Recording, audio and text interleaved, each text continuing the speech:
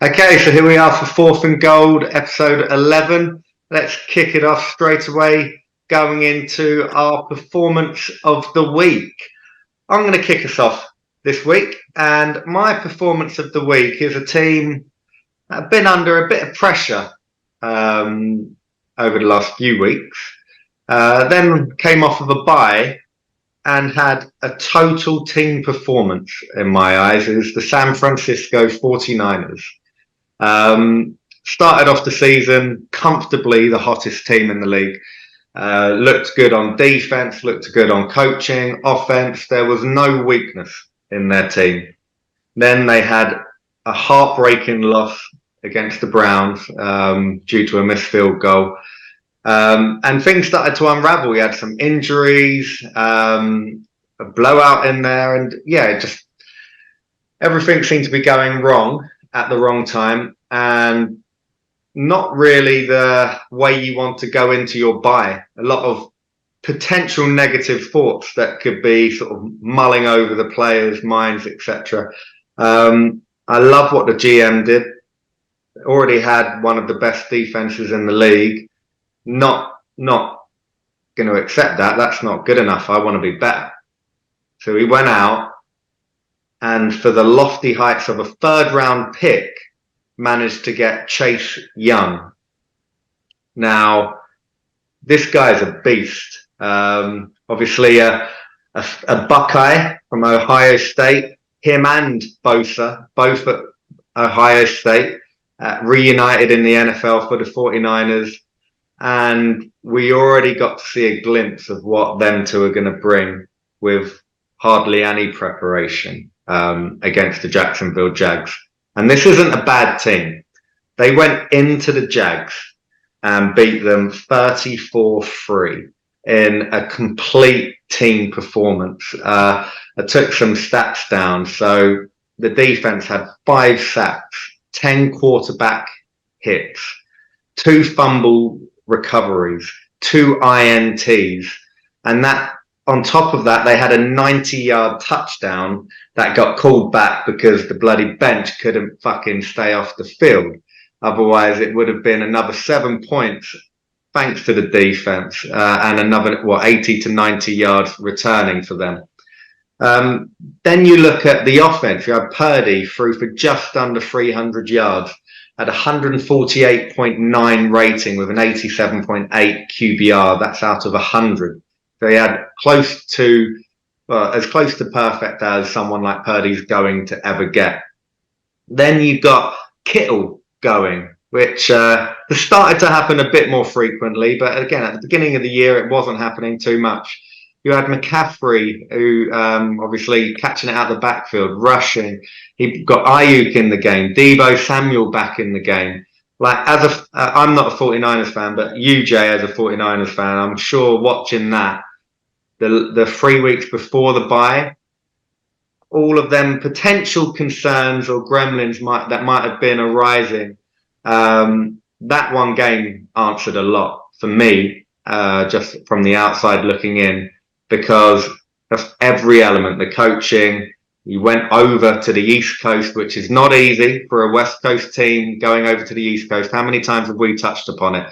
Just watch the Raiders go over to the East Coast, see how they perform when they're playing at 1 p.m. And yeah, what a performance from the 49ers. I'm not putting it just on one part. All 3 elements of the game was as close to perfect as you're going to get. So for me, performance of the week, San Francisco 49ers. Paul, do you want to give us your performance of the week?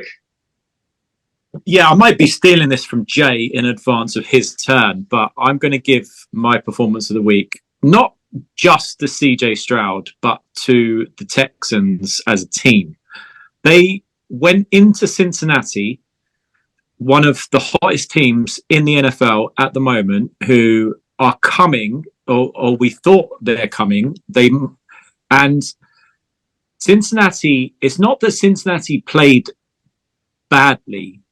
Houston outdueled Cincinnati, and CJ Stroud outdueled Joe Burrow in his house. Joe Burrow still put up some serious yards and didn't play badly whatsoever. It was that CJ Stroud is not frightened of the big stage. He's not afraid to put the ball in the sky, give his guys chances to make plays. They put up 540 yards of total offense, the Texans. 180 yards on the ground with Devin Singletary, who I was reminded can actually run the ball, because when he was in Buffalo, he couldn't run the ball. How the Bills would love to have a running back like the running back that they let go now to the Texans. And even when the Bengals, because of their big game experience, came back at the Texans and tied the game late, the Texans could have folded, but they didn't. They came back and scored the winning field goal to win the game on the road against an AFC powerhouse. Massive credit to CJ Stroud and his team. He hasn't got he hasn't got household names to throw to, but these guys make plays. They seem to be very well coached. And this team, I don't know how this team lost to the Panthers a few weeks ago. That was a huge letdown. But yeah, massive credit to the Texans to go into Cincinnati. And now the Bengals are wondering about, are we coming back? Because we've got the Ravens on deck. And yeah, they need to turn it around quickly, the Bengals. But it was not that the Bengals played badly, it's that the Texans just did a little bit more. So massive credit to Houston and CJ Stroud. Good shout.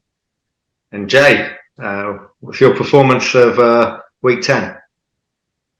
You guys are going to have to bear with me for a sec, because there were so many great performances this week. There really was. Like, initially, of course, I was looking at my man CJ Strikes, aka CJ Stroud. I just want to say one thing. We actually saw a rare rookie moment from him with the pick. It was basically, was it a pick? No, it was an interception with 3 minutes left that was at his 25, I think, or at his 30. And it was a horrible decision. But the way that he bounced back after that to deliver yet another game-winning drive where he was making, chunk plays, big-time throws to seal the game, that just shows you he's built for it. So I was looking at him, and then I was looking at someone that Rob has spoken about for, I'd say, years now, and hasn't got the credit he deserves.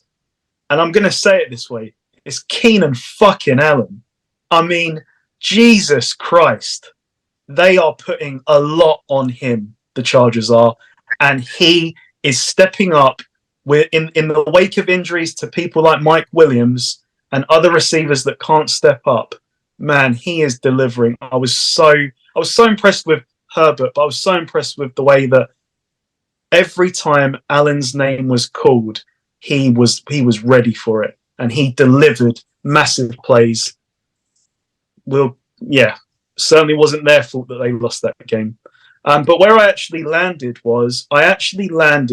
on someone that has received an insane amount, I might be biased, but an insane amount of hate over the last 3 weeks, which was Brock Purdy.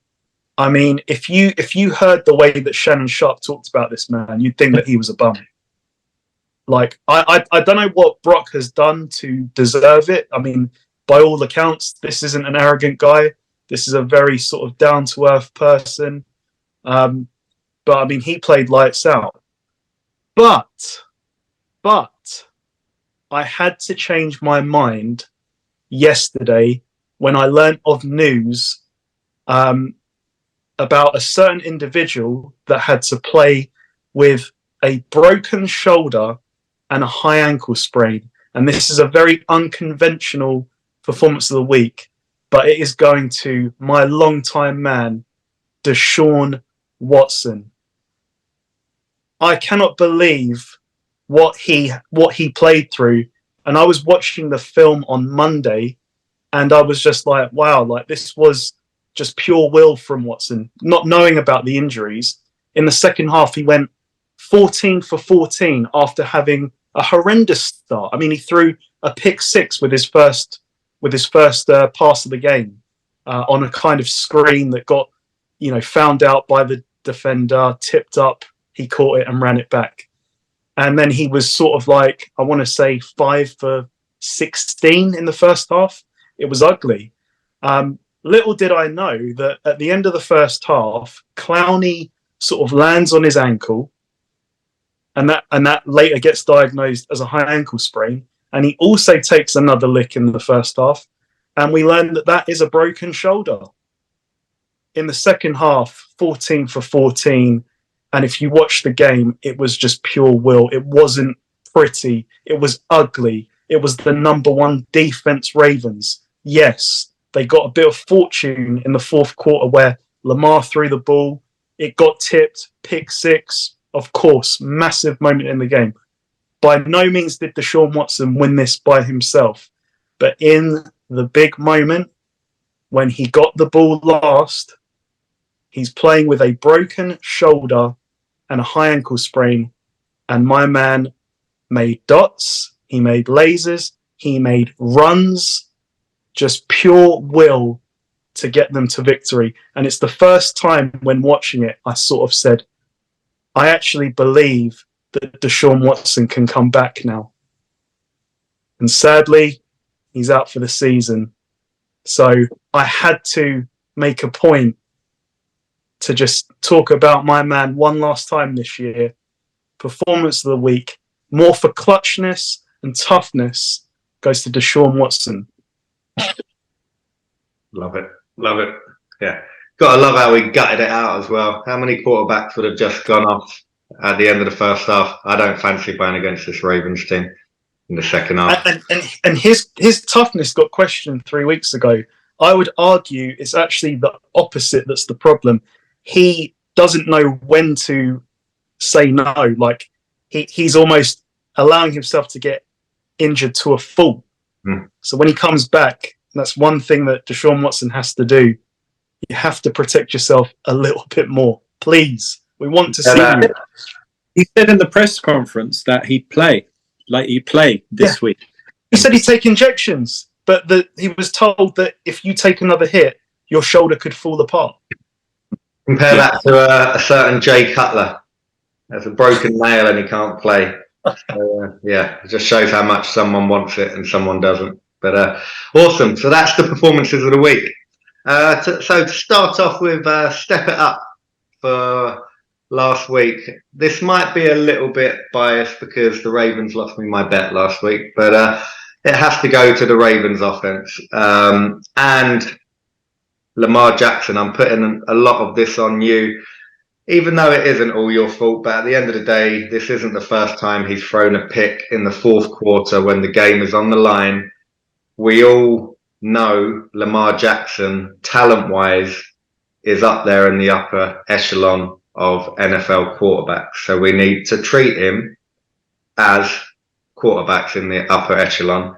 And how he played in them last two drives, having gone up by 14 points in the fourth quarter, wasn't what anyone would expect from someone with that much ability. Now, again, you've got to put some of that on the OC, put some on the defense, but they were up 14, and then I think the Browns got a touchdown. They get the ball back, and then he throws a pick six on the second play. That I get it; it was tipped, but that's just not good enough. It was picked at the line. You need to do better. Then you look at what he did against the Steelers. I was looking back over the year. what Lamar has done. And I'm trying not to get too harsh on Lamar because I actually do like him. But I have to question, when the pressure is on, do we see the best of Lamar? And I can't think of any games this year where we have. I was talking to Paul about it when the Ravens went 10-0 up against the Steelers earlier in the year. The offense went fumble, turnover on downs, punt, safety, punt, interception, fumble, turnover on downs. That's shocking for any team. And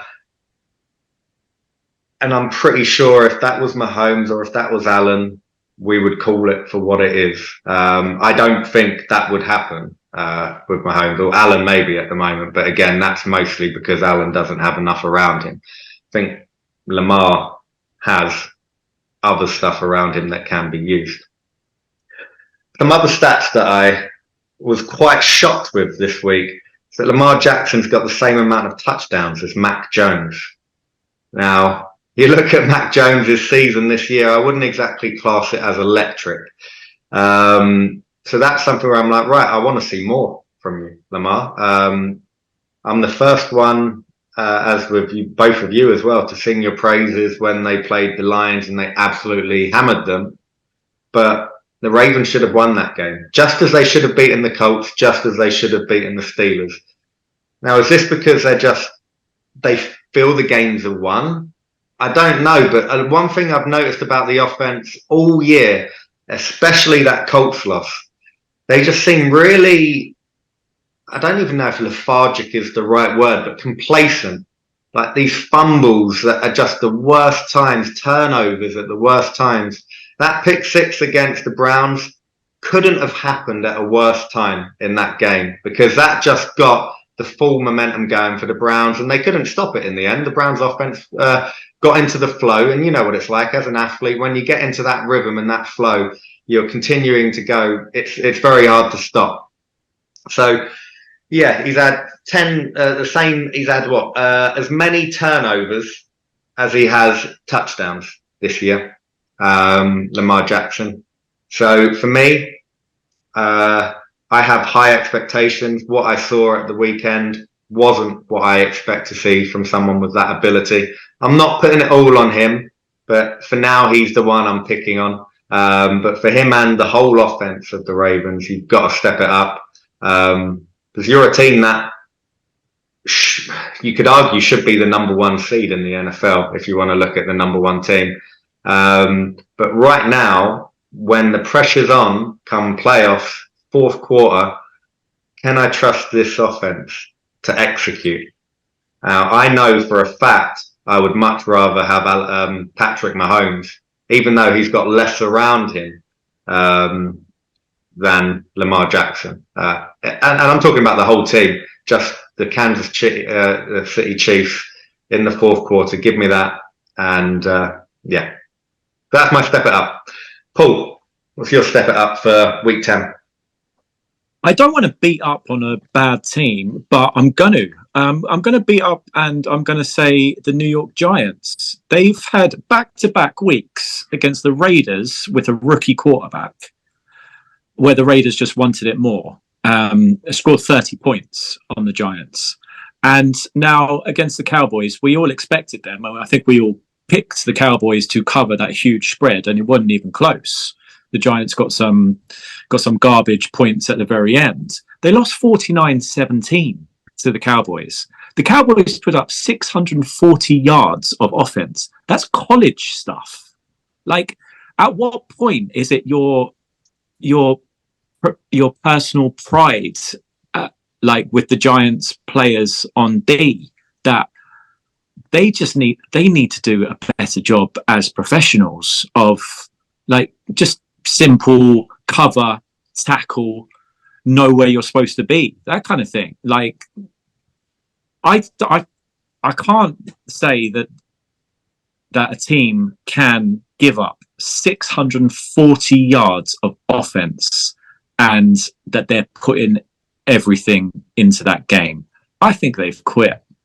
the last 2 weeks to lose to the Raiders like they did, and the Raiders, by the way, like had a new coach, and you see the bounce that the Raiders had when they were playing with a smile on their face. You know, the guy's gone, the prick's gone, Josh McDaniels is fired, and we're going to play with a bit of a smile on our face. And they handled the Giants with a rookie quarterback, 30 points to 6.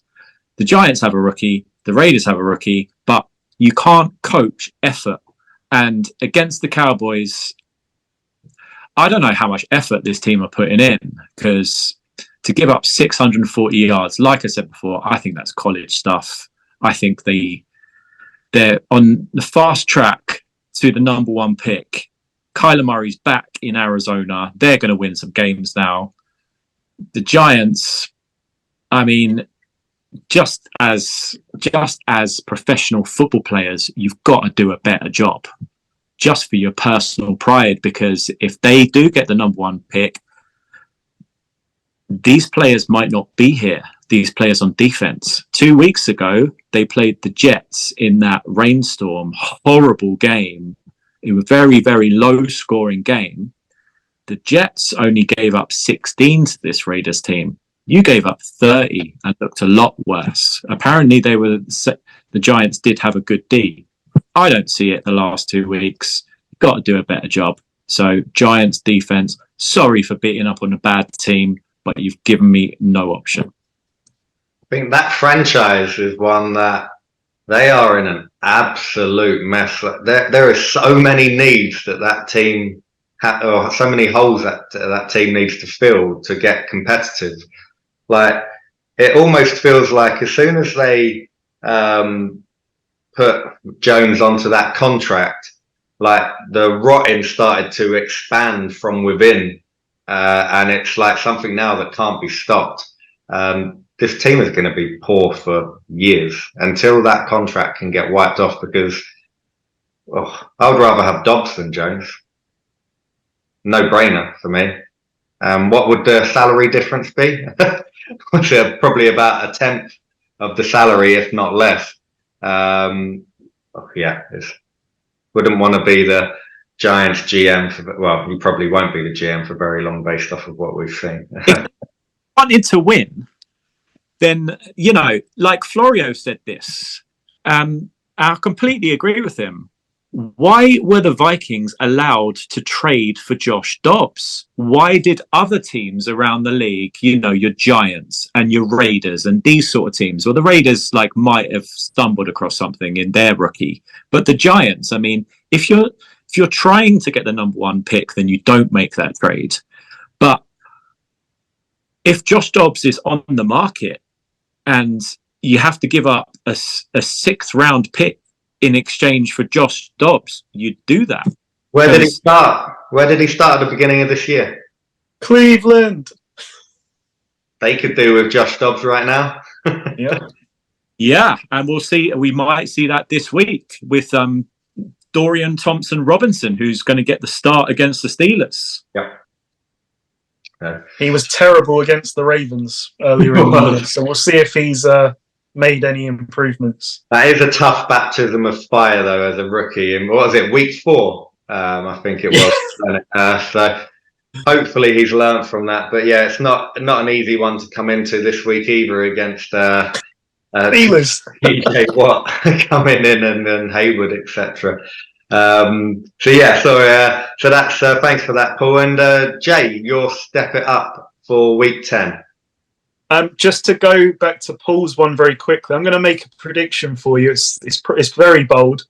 Watch the Giants try and trade for Bill Belichick in the off-season, because Bill Belichick has ties to the Giants, and I think the Mara family are very old school. I'm not saying it will work, because right now they've got a disciple from the Patriots as their GM. The Patriots way is dead. Yeah. Okay, so moving on to my step it up. There were 2, I'd say, usual suspects, and somehow, some way, once again, Brandon Staley, you are very lucky for me not to rip you apart for that ridiculous defensive performance in the first half. Anyway, I have to go with the Buffalo Bills again, I'm afraid. And I mean everyone.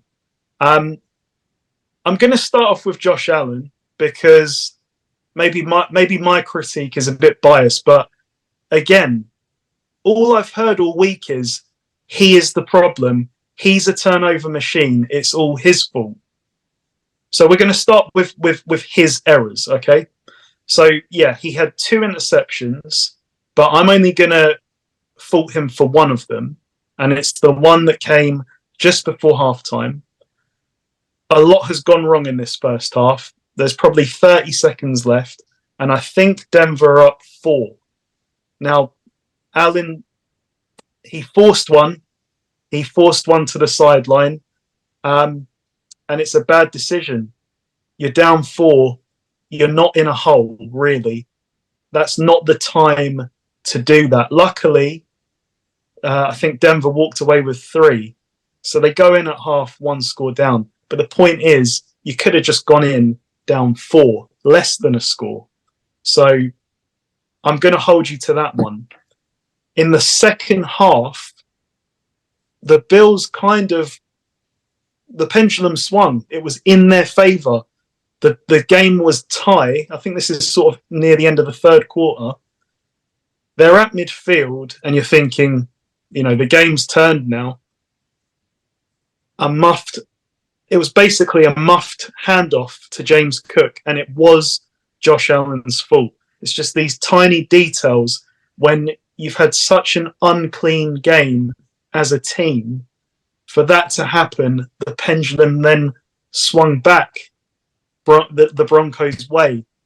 So, by no means is Josh Allen not at fault for a lot of these turnovers. I'm not going to hold him fully accountable the way I've heard others hold him fully accountable this week. But yeah, there's things to clean up, Josh Allen. Okay. The step it up, I will say, is mainly on McDermott. Okay. Because this team has suddenly become dysfunctional. I don't know what has happened over the last, ever since really Daboll left. They've been riding with Ken Dorsey, thinking that Josh Allen can just produce magic. Come on, Dorsey, run some plays, but if it doesn't work, well, Josh Allen will just run around and make a play. He's not really, as well. That's the funny thing. He got fired this week, and I can't even put the blame on Dorsey for this, because what happened at the end of this game was absolutely criminal. And I think McDermott should have been fired after this game. After all the turnovers you've had, James Cook fumbling on the first play of the game, Gabriel Davis, I'm really sorry that we threw the ball into both of your hands, causing a tip and interception. Josh Allen and James Cook fumbling at a key moment in the second half. After all that, Josh Allen puts you ahead with less than 2 minutes to go. And okay, I think that at that point, the Bills' defense was gassed. The Broncos, and all credit to Russell Wilson, he made some massive plays. They get in position to win the game with a field goal, and Will Lutz uncharacteristically misses a chip shot field goal for him. The Bills win. But they don't, because they've got 12 men on the field. Are you kidding me? Unbelievable. Unbelievable. I'm going to say it. Sean McDermott needs to go. If you want to give him to the end of the year, fine, because this season's over. This season's over. It would look a lot different if they just won the 2 games that they kind of threw away. And I'm talking about Broncos, because it should be a W. And I don't know what happened on that final drive against the Patriots where they made Mac Jones look like Patrick Mahomes. They should be 7-3. Really, they're not. I would say step it up, but this organisation needs to do a hell of a lot more than that in this off-season. You think they make the playoffs? Absolutely not. If you look at their schedule, it is murderer's row, and if they can't beat teams like the Broncos, I'm not sure they can beat the Jets this week. Yeah, crazy. Good stuff. Okay, so that's to step it up through week 10. So let's go into our top 5 teams currently as things stand. Paul, do you want to kick us off with your top 5? Yes. At number 5, I have Detroit making their first appearance on my top 5 list this week. I do worry for Detroit that they do need to, they should have beaten the Chargers more comfortably than what they ended up doing. They need to just put teams away, but they're scoring a ton of points, and the running game that they have, the offensive line and the running game that they have is a huge problem moving forward. This team, by the way, could be, like I said this earlier in the season, they could be the number 1 seed in the NFC because of the schedule that they have. The hardest game they have remaining is at Dallas, and that's the last week of the season. By that point, they could have the number 1 seed sewn up in the NFC. They need the Eagles to drop a couple of games. Upcoming Eagles at Chiefs this week, so that's a big game for the Lions. The Lions are huge Chiefs fans this week. But yeah, if they can just put away teams and just smother teams, just be a bit more, and you can't teach this, but they have, because they haven't been there before, but just be a bit more streetwise late in the game and just stop the other team if they can, because they do have some players on defense. Detroit, number 5. Number 4, Baltimore. Now they've lost some games that they should have won. Like we said, the Steelers and this last week, the Browns. But there's two things. There's one thing, those two teams are AFC North teams who know the Ravens extremely well. However, you can't totally forgive Baltimore for giving up a 14-point lead in the fourth quarter and especially with that pick 6. You expect this team in their DNA to be better situationally than what they showed this past week against the Browns.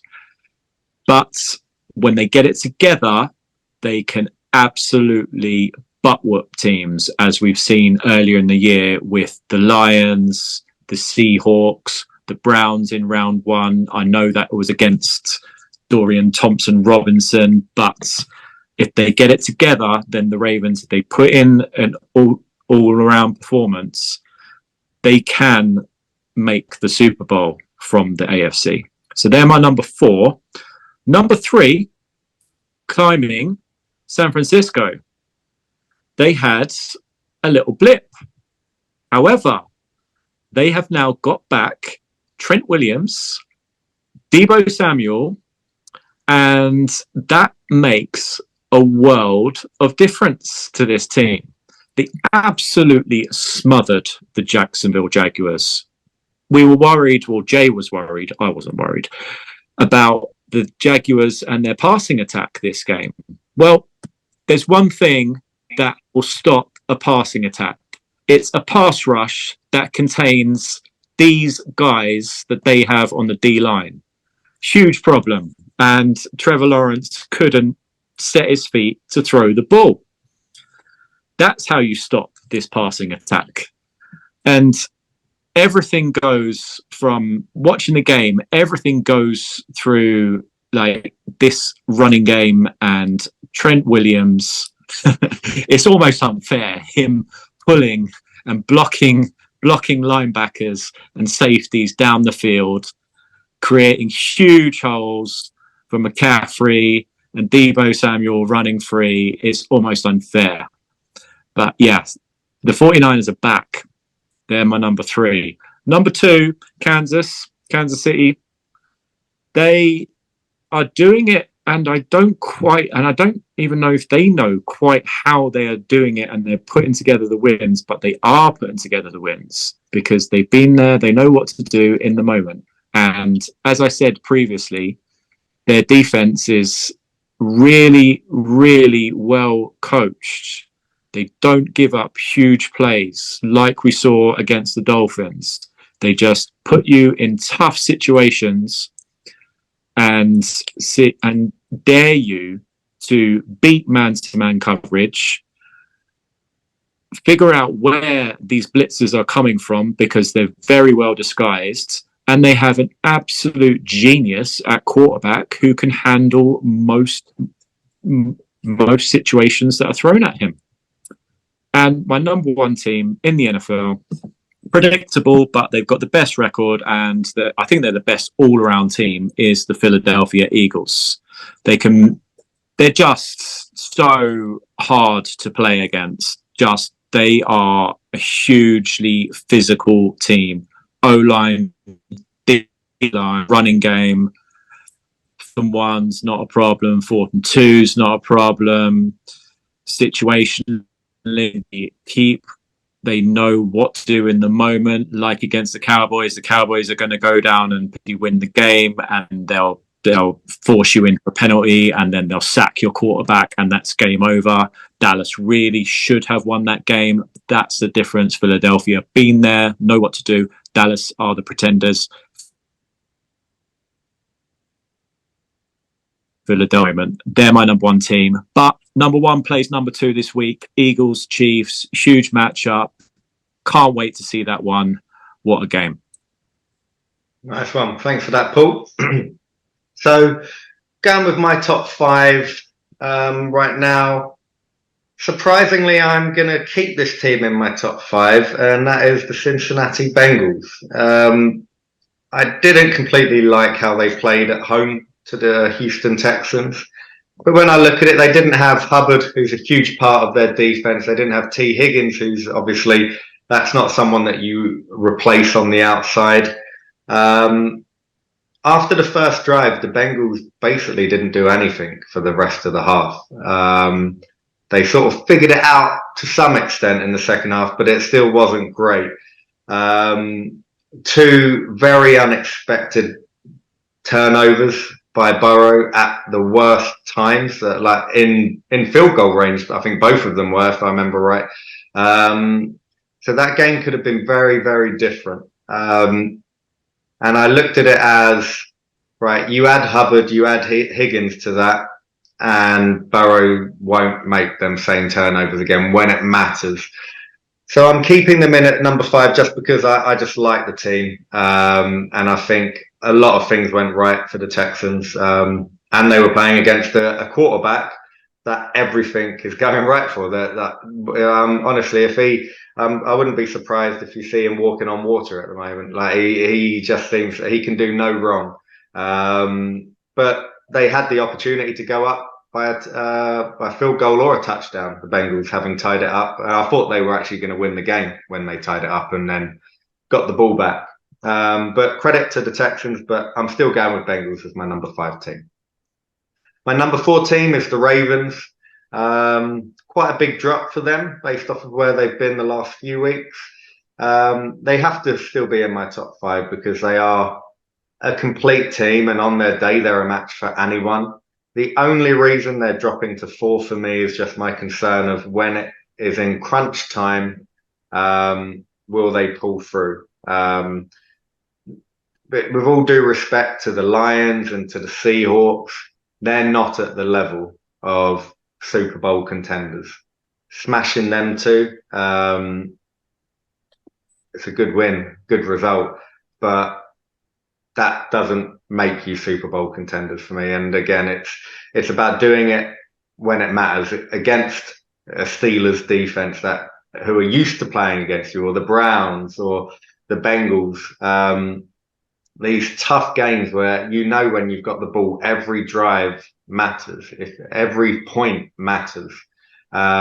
Just to see them protect the ball a bit better. If they do that, they would comfortably be my number 2 team. But I haven't seen it this year. So for now, they're my number 4 team. My number 3 team, back into my top 5 after 2 weeks of not being in there, is the Kansas City Chiefs. They've not been in there for a while just because I feel they're missing quite a lot. Although their defense is good, I don't see their defense as great. I don't see the Eagles struggling to put points up on this defense. My concern is whether the Chiefs could keep up with them, the way things are at the moment. But when you've got Mahomes, when you've got Reed, when you've got Kelsey, you never rule this team out. And looking at every other team, I see most teams have flaws. There's no doubt about it. But I trust Mahomes more than I trust any other quarterback in this league. If they can all stay healthy with, your O-line, your Kelseys, they'll always be in there with a shout. The defense is playing better than they've played probably for the last 4 or 5 years. So they'll have a shout, but for me, there are teams better than them currently this year. My number 2 team is the San Francisco 49ers. And partly due to most of the things I said in the performance of the week, I think all of us could see them going out and trying to get a corner before the trade deadline. That was a clear position of need. And I was scratching my head a little bit with the Chase Young trade. Not that it was a bad trade, just is that a position you need to strengthen? But you make the pass rush better. Doesn't matter who you've got at corner because the ball won't be getting that far downfield. They've now got some rotation on that front 4 to go. That you can compete them, if not better, especially on the starting 4 and away, than the Eagles.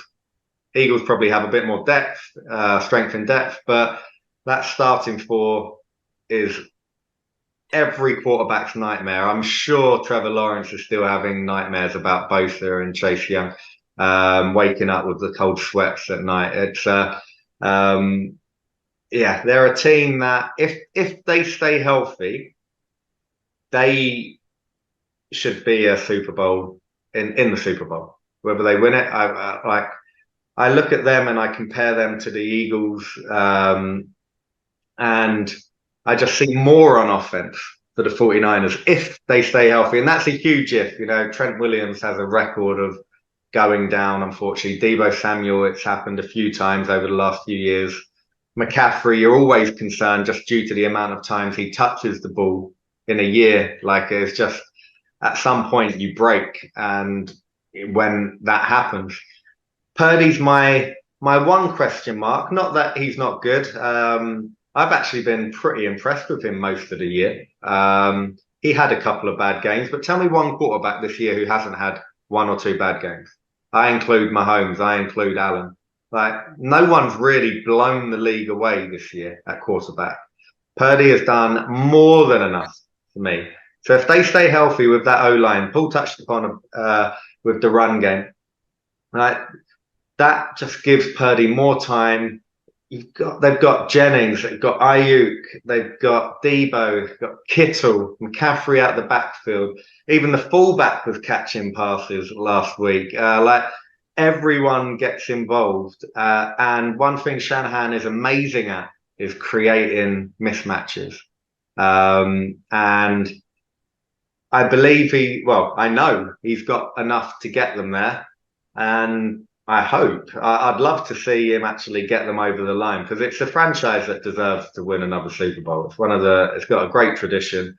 They've had great teams for a number of years over the last 20 years and not really got over the line. They've been very close. This year, if they stay healthy, could be the year. But for now, my number 1 has to be the Eagles. Again, as Paul mentioned, a bit predictable, but you just look at the Eagles team and whoever they play, whether it's a team that are going to put up a lot of points, a high octane offense, you feel the Eagles can keep up with them. They can put up points on the board if needs be. If they're against an elite defense, you think, okay, well, their defense can step up and it can be a low scoring game that they win. There are just so many ways they can match up. There's no like bogey team, I guess you could say, that where the styles don't really suit them. And that's scary because there's usually any team that you look back over the years, even I hate to say the great Pats team, they always struggled against the Giants. The Giants D, Brady hated the pass rush in his face. They never had the offense really though to blow them away. It was always a close game. But yeah, with this Eagles, Hurts isn't elite, but he's good enough with the people around him. And he is more than good enough when it comes to 4th and 2 or less. And how many times have we touched upon it? I know I've said it pretty much every week. That gets you 3 to 6, maybe even more points every game just by continuing drives. Now, when we get into November, December, January, every point counts. So when you're getting 3, maybe 6, who knows, maybe even 10, depending on how the drives end, points that other teams don't get, that's huge. How many teams have we seen try to do the tush push? We saw someone try and do it at the weekend, and I can't remember who it was. And there's definitely been at least 3 teams I've seen try to do that tush push, and all of them failed. The Colts tried to do it, didn't they, in Germany on Sunday? And the Colts actually have a good O-line. They're one that I thought I'd say maybe they could do it. No one seems to be able to do this, and it's really surprising. No one can work out how to stop it. So for me, yeah, unless they have some injuries, I don't see how if they play against a healthy 49ers in the NFC Championship game, that will be an awesome match. That will probably be the Super Bowl, unless it's the Bengals in the other one. But yeah, that they're 2 great teams.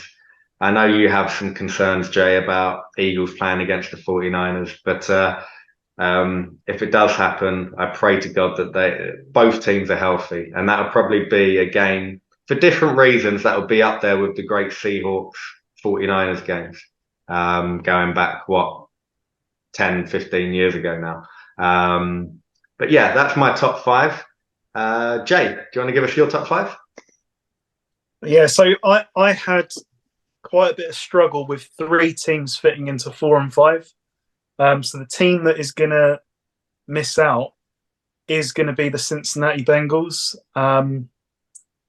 Yeah, they're a bit of a weird team, aren't they? Because I've put them below a team that they beat a few weeks ago, but maybe they caught them at a good time. I was quite disappointed this week with them. I mean, offensively, I know they didn't have T. Higgins, but to sort of have 5 drives in a row, punt, punt, punt, punt, punt, from the middle of the first quarter to the middle of the third quarter, I just wasn't expecting that. And then I think you touched upon it, Rob.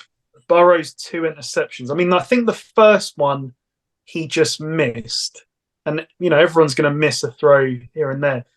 But the second one was it was so out of character. Yeah. He basically threw it into triple coverage, and we're not talking there's 3 minutes left here, we've got to try something. There was a good amount of time left.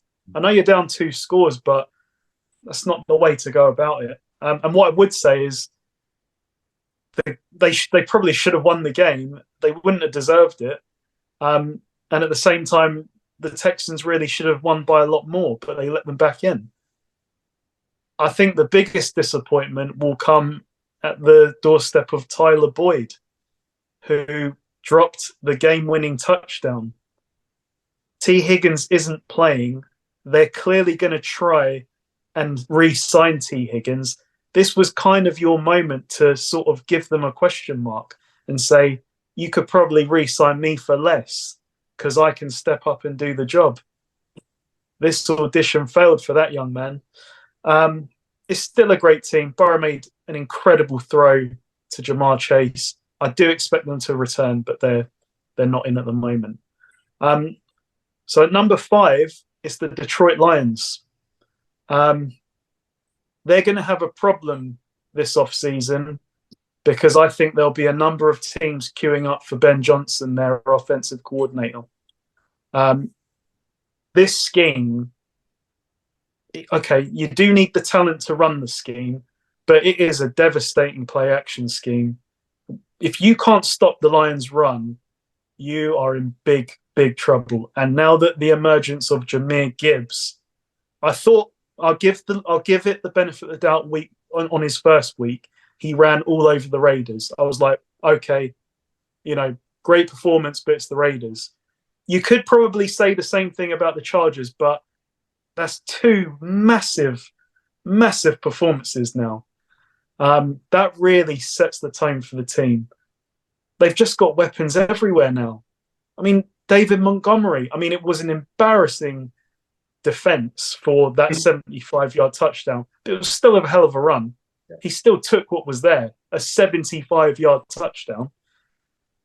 I'm only talking about the running backs. What about everyone else? Amon-Ra St. Brown, who Rob loves, of course, from his USC roots. We've got like 20 top 10 receivers in the league right now. He's certainly one of them. He is explosive. He can do it all. But he's not the only one. They've got Sam Laporta. They've got Josh Reynolds. They've got so many weapons. And Goff is playing the best football of his career, thanks, I think, in large part to Ben Johnson. Now, my concern with them, they did give up 38, but it certainly wasn't the same way that the Chargers were giving it up, because Herbert had to work extremely hard on every drive for it. Now, I know that sounds crazy because they still gave up 38, so you're still disappointed.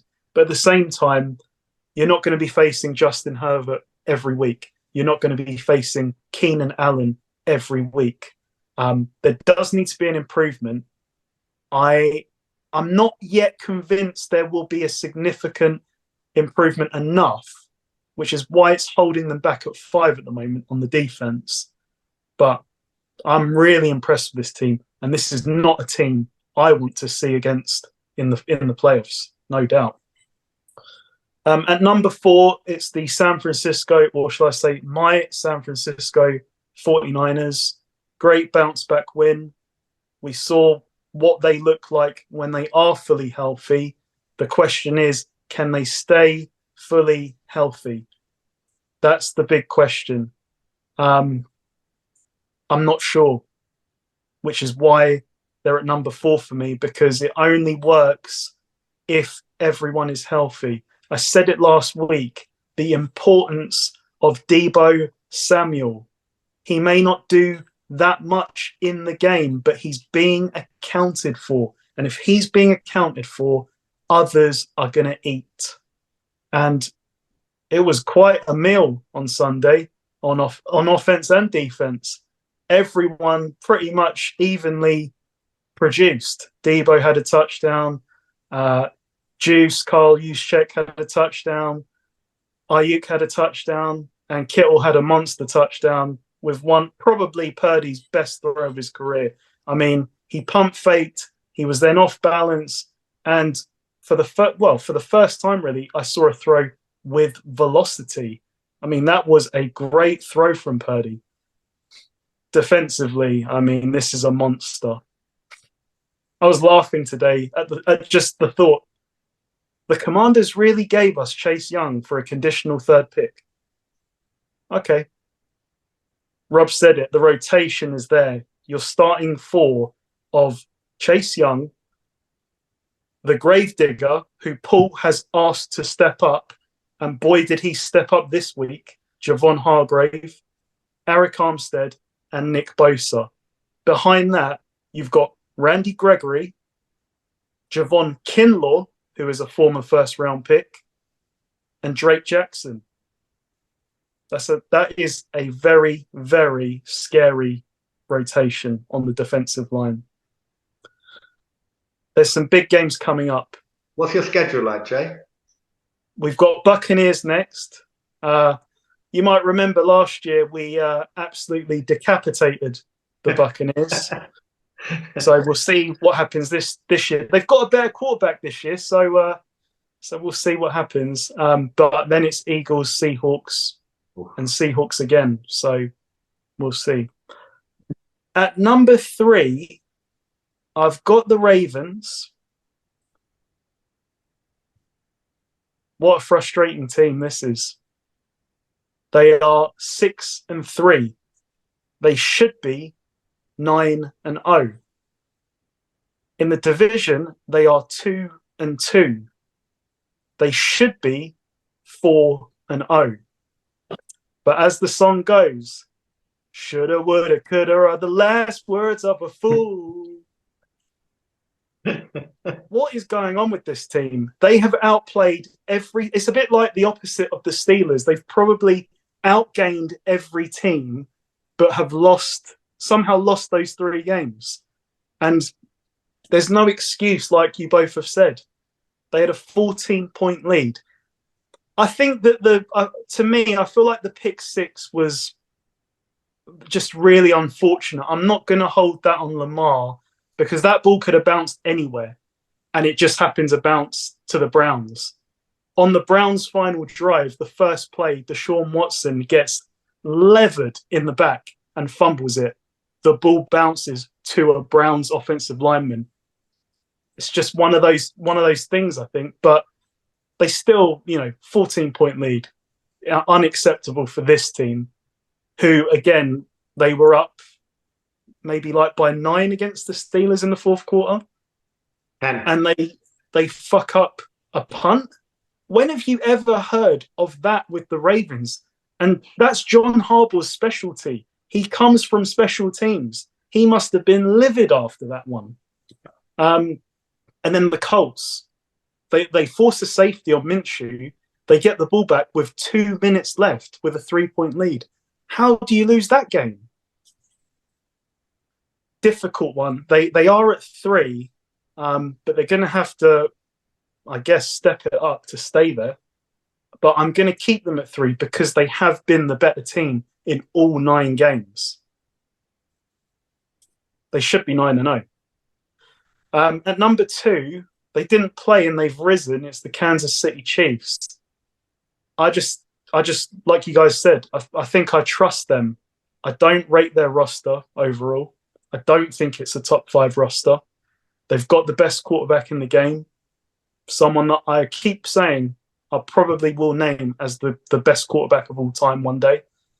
But they keep winning. But this is the week. This is the week. I said it last time. I said against the Dolphins, this is the week that the defense has to prove something. This is the week that the defense and the offense have to prove something to me. And I don't mean win the game. I just mean you need to show me enough that I can believe in you. Because the Eagles' defense, it's very good, but the passing game is not there. They can be passed on. And they're very good in the red zone. So I'm not criticizing them one bit because they give up yards, and then when you get to the red zone, man, that's a different ball game. But I'm saying it from the point of view that if the Chiefs can't show that they can pass against the Eagles the way that Sam Howell has, the way that others have against this Eagles defense, after the bye as well, I think that there's real concerns for the rest of the season for the Chiefs. And likewise with the defense, great performance against the Dolphins. And I'm no way trying to say that they should shut the Eagles down to less than 20, because they won't, because the Eagles score 30 on everyone. But just show me enough to believe that you are the real deal, and I'll stop bringing it up after this week because you'll have proven it. But this is a big week for the Chiefs, I think. They're obviously going to win their division. Of course, we trust Mahomes, we trust Kelsey, we trust Andy Reid. I don't trust Matt Nagy, but I think it is still Andy Reid kind of, running the plays, if you like. Yeah, a lot of question marks, but they are number 2. And it kind of speaks to the rest of the league that a lot of these teams in the top 5 and below have more talent, but I can't trust them above this team, which means that the team that's number 1 for me, and number 1 by quite a distance, it is the Philadelphia Eagles. Fly, Eagles, fly. Because we haven't even seen the Eagles at their best yet. Maybe we won't see them at their best, as I said last week. But it's good enough. They're doing just enough every week. They win close games. They lost the only game they lost, amazingly, against the Jets was because Hurts kind of threw a pick 6 at the death of the game. But overall, they can run on you. AJ Brown and Devontae Smith in the passing game will set you on fire. The pass rush is insane when it gets going. I have an issue with their pass defense, but when they get to the red zone, look what happens. They make the plays that need to be made. They are in the best place to make the Super Bowl and win the Super Bowl based on their experiences so far. It's great to win blowouts. It's brilliant to win blowouts, but it doesn't set you up for the playoffs. They have won playoff game after playoff game after playoff game already. Can they stay healthy? Can the Niners stay healthy? That would be an amazing, amazing NFC championship. Not sure who would win, but everyone that's watching will. So yeah, Eagles stay at number 1. Lovely. Good stuff. Thanks for that, Jay. Cool. So that's our top 5 quarterbacks through week 10, top 5 teams, through week 10. So now we'll try something different for the next segment. So what would you do? So we'll go with the Bills this week. We've been saying now for a number of weeks, this Bills team are not good enough. They've not played good enough, whether it's coaching, whether it's player errors, whether it's player skill level, quality, execution, number of reasons. So we thought, right, if you were a GM, how would you go about improving this? So I was thinking about it today, and I'll say what my first one was. Jay, you touched upon it with McDermott. So I think he's had his chance. It's come and gone. I think the players are hearing the same voice over and over again. The results aren't changing. He's helped build them to a contender, which they wasn't when he took over. So I'll give him credit for that, but I don't see him as someone that can continue that progression on potentially winning a Super Bowl. Their best chance was that year that they lost the incredible game based off of a coin toss, basically, against the Chiefs. So, yeah, I was looking at, and then so I was thinking, right, the head coach needs to change. Who would I want? Then I was thinking, right, well, who do we say he's similar to in terms of natural talent? And you think, right, well, Mahomes is someone he can compete with. So then who's deserved to be a head coach based off of the success that they've had? Who's gone to the Washington Commanders and their offense has done pretty good this year, based off of their quarterback. I know Paul might not be happy that I said that, but they had Sam Howell. Washington Commanders aren't exactly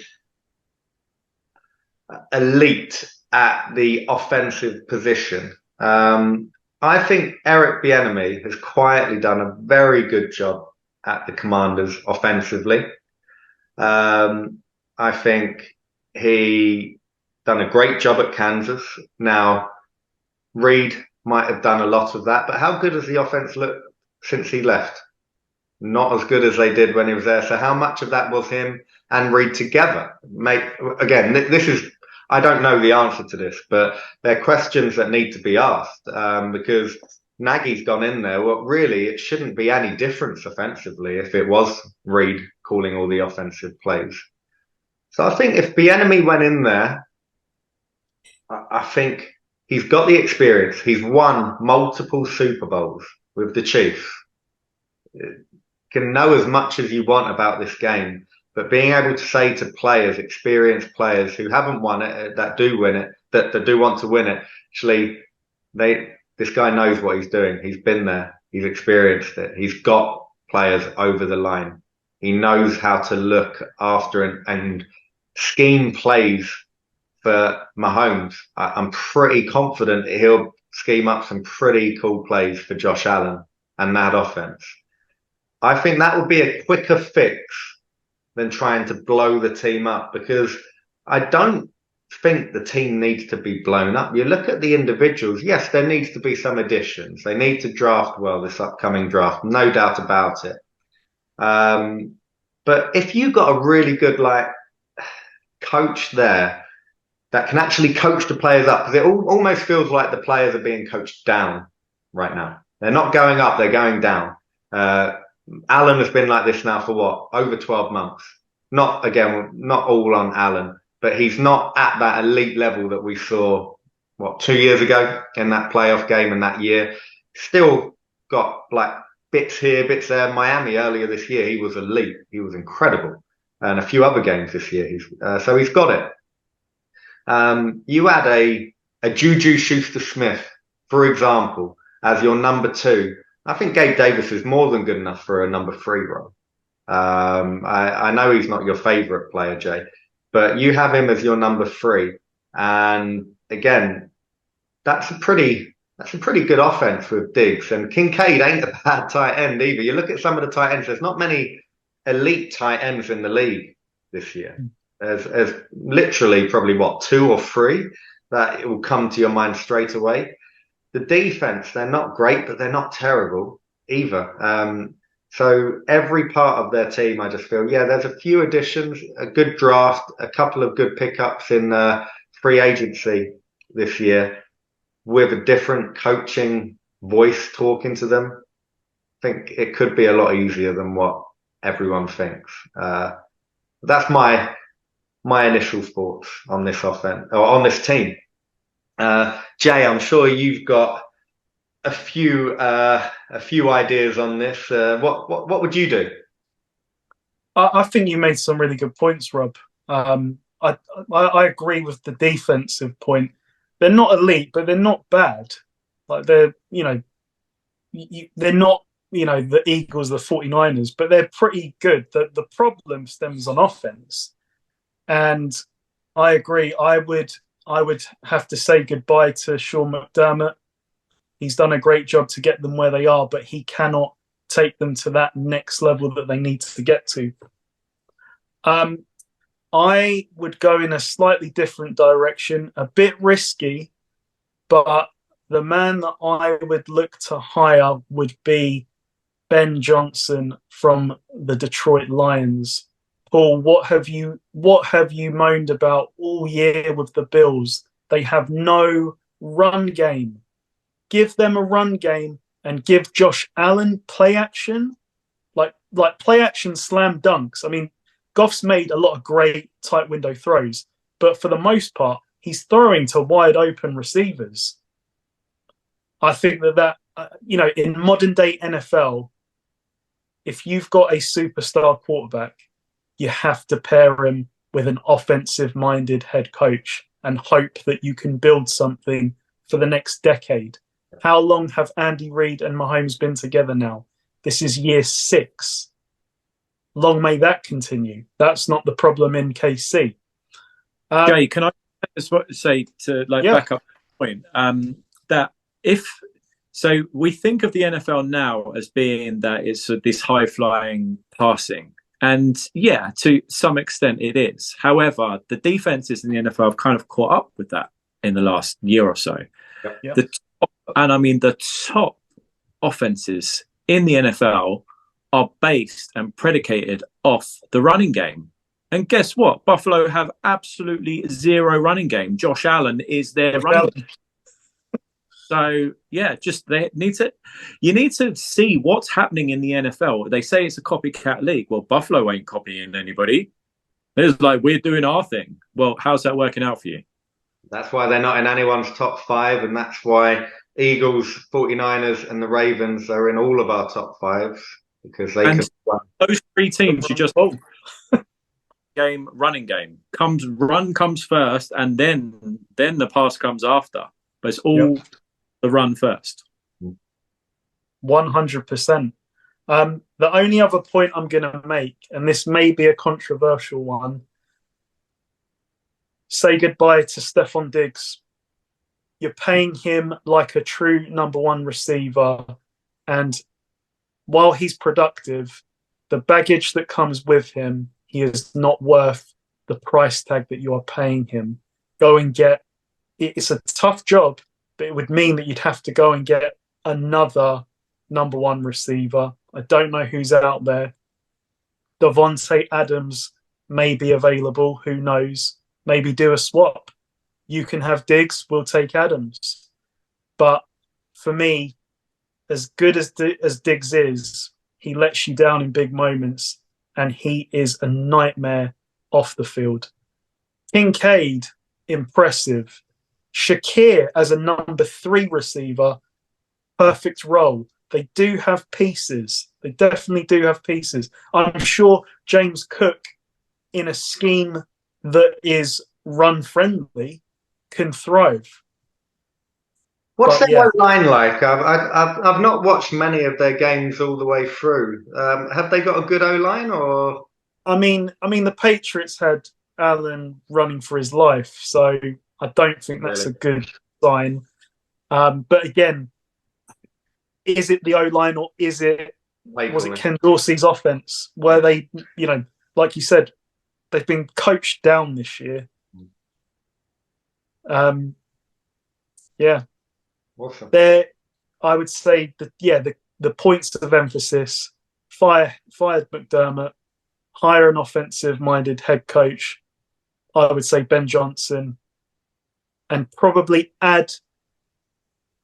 trade Diggs for another superstar like Adams, and they probably would need to then add one other receiver. And I think it would look a lot different because it is on the offense based on, the numbers and what we've seen. Yes, the defense, I ripped them for the Patriots loss and the Broncos loss. That wasn't on them. That was more the special teams. But they're pretty good. I'll give them that. I was wrong about that. Fix the offense, and maybe, just maybe, this team can go somewhere. Nice one. What about you, Paul? You got anything you want to add to that? Jay made an excellent point that I was going to make about Stephon Diggs, is that the situation that they had in this offseason, I don't fully know. I mean, I wasn't that hugely interested in Buffalo Bills off-season dramas, if I'm being completely honest. But the general gist that I got was that Diggs' attitude stinks. They tried to cover it up, and the gist I got of it was that they have created a situation where Diggs is aware of his value to that team. And they have created this situation with having a defensive head coach and not having weapons on the offensive side. If other organizations with that Diggs situation might well have turned around and gone, okay, bye. Like, immediately you're on the trade block, because no one is more important than the team. The team is Josh Allen, and they somehow, I think, have just lost sight of the simple ethos of professional football. Put your quarterback in the best possible situation to emphasize his talents. He should not in any way ever be your leading rusher. So you have to make better personnel decisions. Kincaid is a good tight end, but you had to draft him in the first round.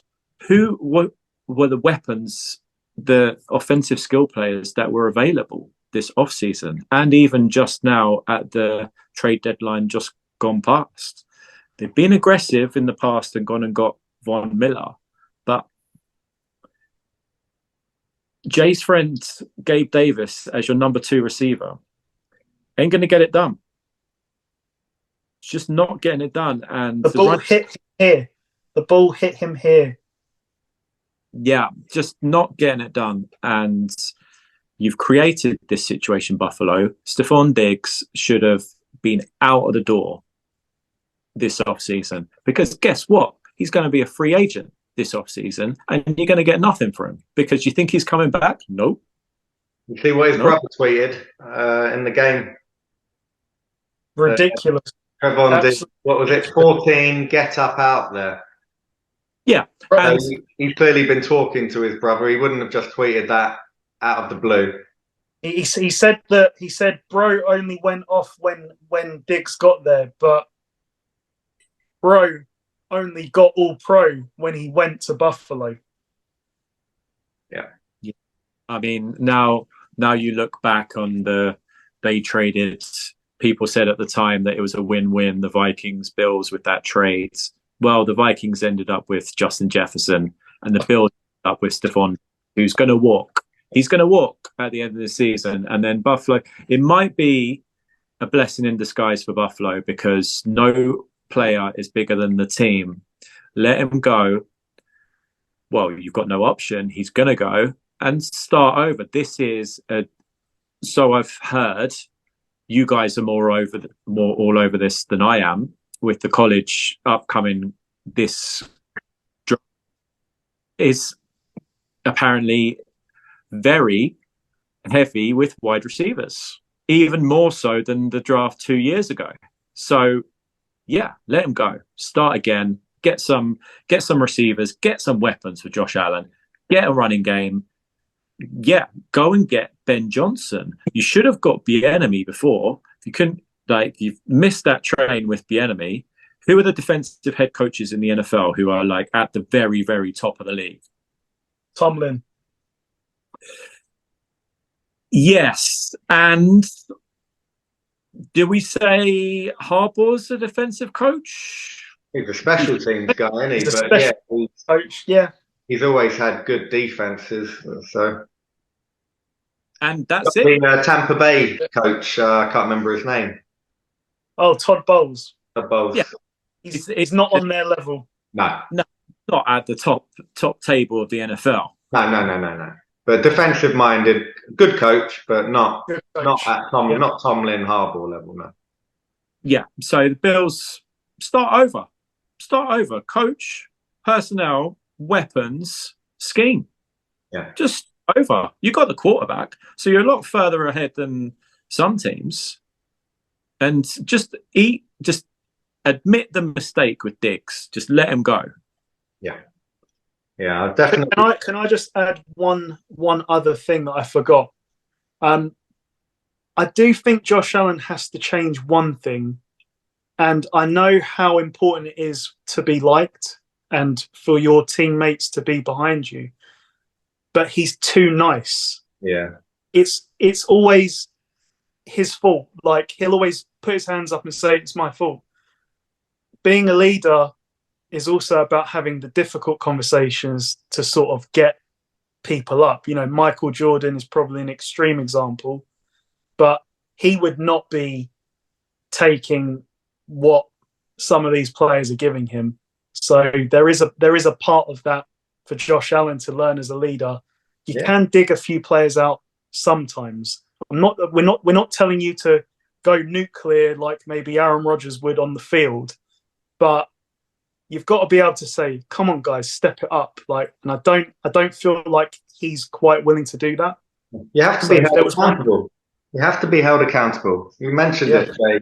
Michael Jordan, Kobe Bryant, Tom Brady used to do it. You know, like you look at football, John Terry used to do it. Rio Ferdinand used to do it. Like there's so many of these like higher end athletes. Like if you have a high standard, you hold yourself up to these standards, you expect everyone else to do the same. And if not, goodbye.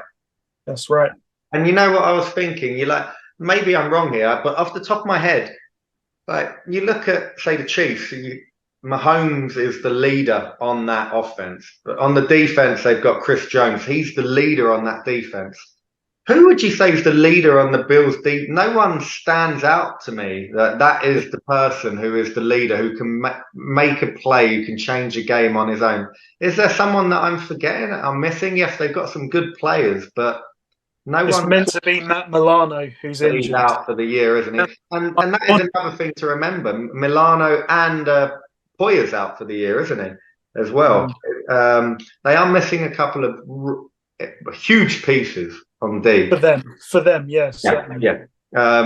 This team, I don't think, is that fucked up.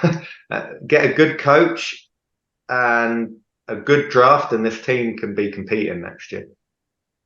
But it'll be interesting to see either way. Right, well, that was a good one. So that's the first what would you do of the year for us. So now let's go on to the picks. Week 11 picks. So let's kick it off with our Thursday night game tonight. You've got the Cincinnati Bengals at the Baltimore Ravens. Paul, who are you going with? Oh, nice, easy one to start with. Yeah. I'm going to pick the Ravens to pull it out. Yeah, I think. Yeah, I can't give. It's not a strong, confident pick. I wouldn't lay money on this whatsoever, but I think the Ravens on a short week, they're going to bounce back after they would have hated the way that they let the game go this past week to the Browns. They not necessarily bury the Bengals, but they'll put the Bengals in a very tough spot moving forward if they get the win this week. It's in Baltimore. The crowd are going to be into it. The running game is still there for the Ravens. I'm going to pick the Ravens. Okay, cool. Jay, who are you going with? There's huge ramifications for this game. If the Bengals win, the division blows wide open because the other two teams in this division will then be playing for the number one spot on Sunday. But I don't think that's going to happen. I'm really a little bit concerned about the Bengals. Like I said earlier, 5 punts in a row is very concerning. I know T. Higgins is missing, but he's missing tonight. The Ravens, while they've blown 3 games, they have finished the job in 6, and they've been the better team 9 games out of 9. They went into Cincinnati and they were the better team. That was a close game. But again, it's one that they probably should have won more comfortably, but they saw it out. In Baltimore, yeah, I'm going to roll with the Ravens. I'm just a little bit concerned with the Bengals now. And short turnaround, tough ask. Yeah, what a Thursday night game. This is going to be a fun game to watch. Man, it's a hard game to pick. The spread is... This is a playoff game. It is. And you know my views when it comes to playoff games. I love me some Burrow, and I like this Bengal team, so I'm going with the Bengals to win. 2 of their losses this season have come in divisional games against the Browns and against the Steelers. So why not make it a full house to the division? Lose to all 3. If they don't lose to the Bengals now, it won't be a full house. So the Bengals played poor on Sunday, and they almost somehow came out with a win. I cannot see them repeating it, and this might be more me hoping they don't repeat that. But the 3 or 4 games before that were very good. Getting better and better. They had a hiccup. What team hasn't had a hiccup this year? I see it being very, very close. I would put the Bengals to cover the 3.5 point spread, but I'm going with the Bengals to win the game. So that's game 1. Let's go now to the Sunday matchups. Stay in the division. That's about Pittsburgh at Cleveland. Paul, should be an easy win for your Steelers. Get outgained by the Browns, but win the game still. Tell me the last time the Steelers had an easy win. Yeah, I'll wait. When did Roethlisberger retire? Yeah. Well, even in the last couple of years of Big Ben, they weren't easy wins. Probably the year before his motorcycle accident. Yeah. His rookie, quite a while ago. rookie year. Yeah, it's a divisional game, so it's still the Browns. They still have a defense. They still have a running game, as the Ravens found out in the 4th quarter this past week. And there's going to be a healthy dose of run, and then if we have to throw on 3rd down, then this guy DTR we're going to see what he can do. But I'm going to pick the Steelers because we have discovered a bit of a running game the past 2 weeks. And we have discovered that our 1st-round draft pick, Roderick Jones, is a monster at blocking downfield for the running game. We haven't had that for years. So it's very, very encouraging, and I'm delighted to see it. Yeah. Defensive game, running game versus running game. I'm going to pick the Steelers. The spread's 1. So that's how much the Steelers are rated. 1. Yeah. Ugly game. But Steelers find a way to win these games. Yeah. What about you, Jay? If you took a piece of Stonehenge and then just gave it some legs, that's what Broderick Jones looks like when he's running downfield. When I saw some of the highlights this week, I was like, who the hell is this guy? I feel like we've really been robbed, though, of this game being really good with Watson's injury. Devastating for me. Like, I really thought after that 4th quarter performance, just incrementally get a bit better every week and the Browns can be a problem. They definitely can still be a problem in this game. I've got to say the Steelers were on my hit list at one point for Step It Up because the way they made Jordan Love look at times, I was really quite disappointed. But this is what the Steelers do.